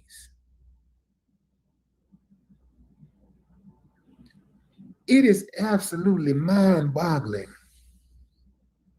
that they have so much help covering up these crimes. And this is how it's been for a long time. This is not just the Nolan Wells case. This is why these type of cases are so difficult to solve, because they have a system in place to protect them. Starting with the agency that is supposed to be investigating. In fact, let me back up. Starting with the law enforcement agency that's supposed to be tasked with making an arrest on probable cause, right? The police officer, the sheriff, day one, ain't seen the body. He haven't examined the body. He hasn't read any kind of report. He hasn't talked to the detectives or nothing. And he said, well, we don't suspect foul play. Setting up the narrative. The coroner sends the body to the medical examiner. The Mississippi medical examiner sends the body to DC for an independent autopsy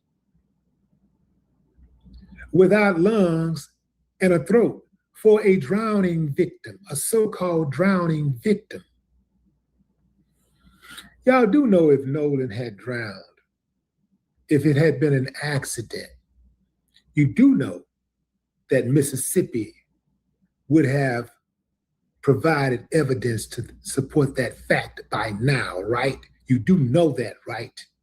You do know they have the capabilities to do that and quiet all of this noise.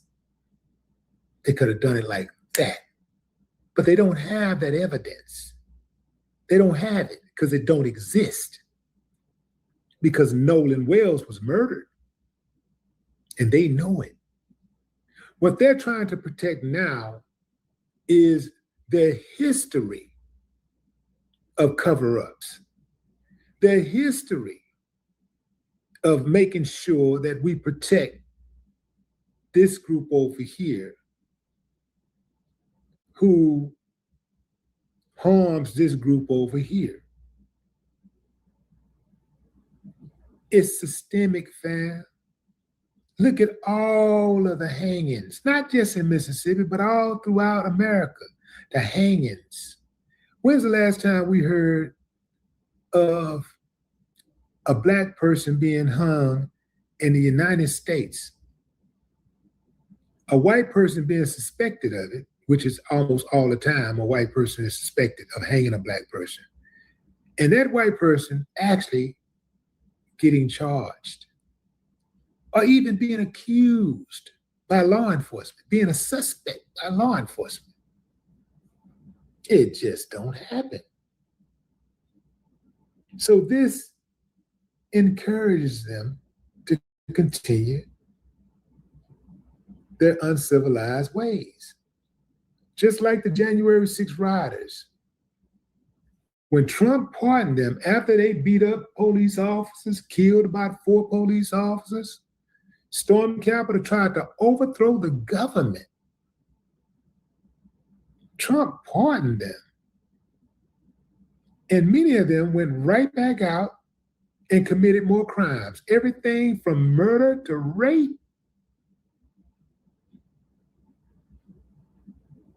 And then you got Jake Lane running around here. He's uncivilized,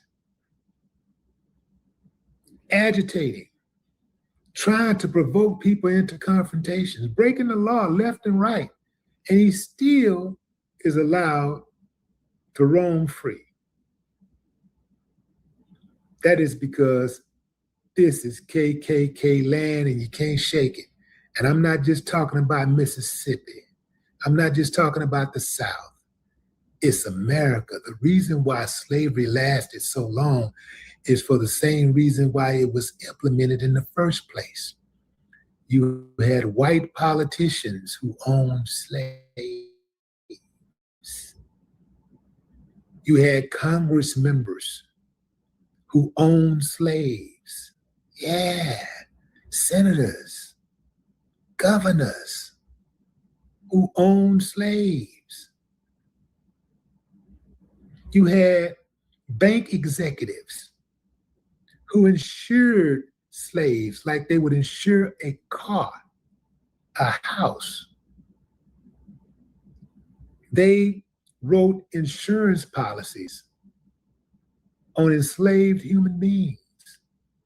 Uncivilized mutts are woven within the fabric of this nation. You understand what I'm saying? ABC News.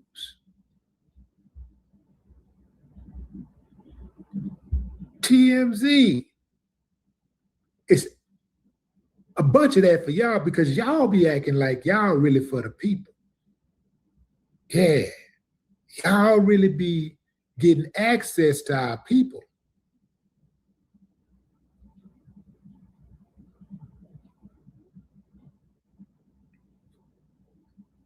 You know, TMZ is owned by Fox Corporation, right?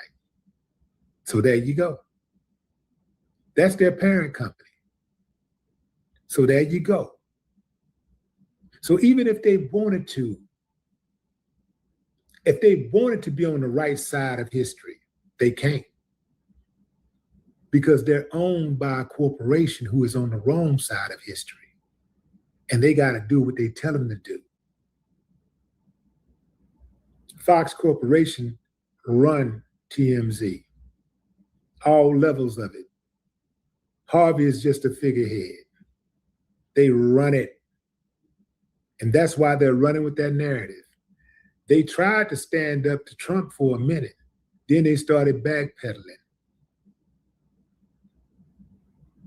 They started backpedaling and they started to acquiesce to Trump's demands.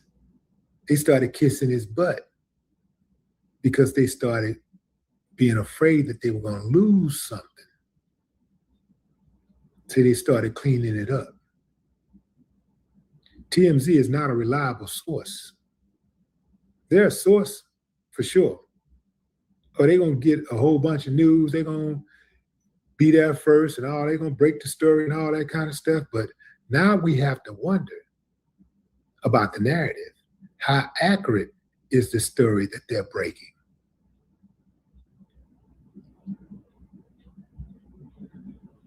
ABC News. Do they just think that we're all stupid? They go and put out an audio version, their own audio. They could have kept that. They should have just grabbed, and then they called it new. They called it the new audio. No, it's the old damn audio, same old audio with some new video. That's it.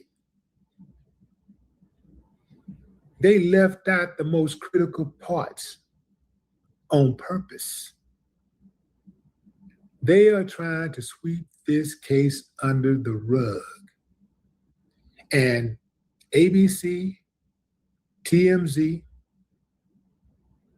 the governor, the AG, all of them are trying to make this case go away.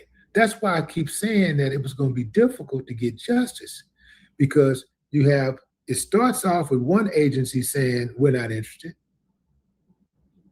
And then the other agency that's tasked with, supposed to be checks and balances, they're supposed to be overseeing and making sure that this agency behaves correctly. If they get out of line, they're supposed to step up and straighten them out.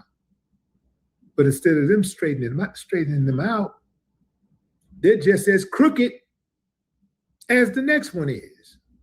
So they all look after each other. Get past that one, then the next one that's supposed to be checking this one, they're in on it too.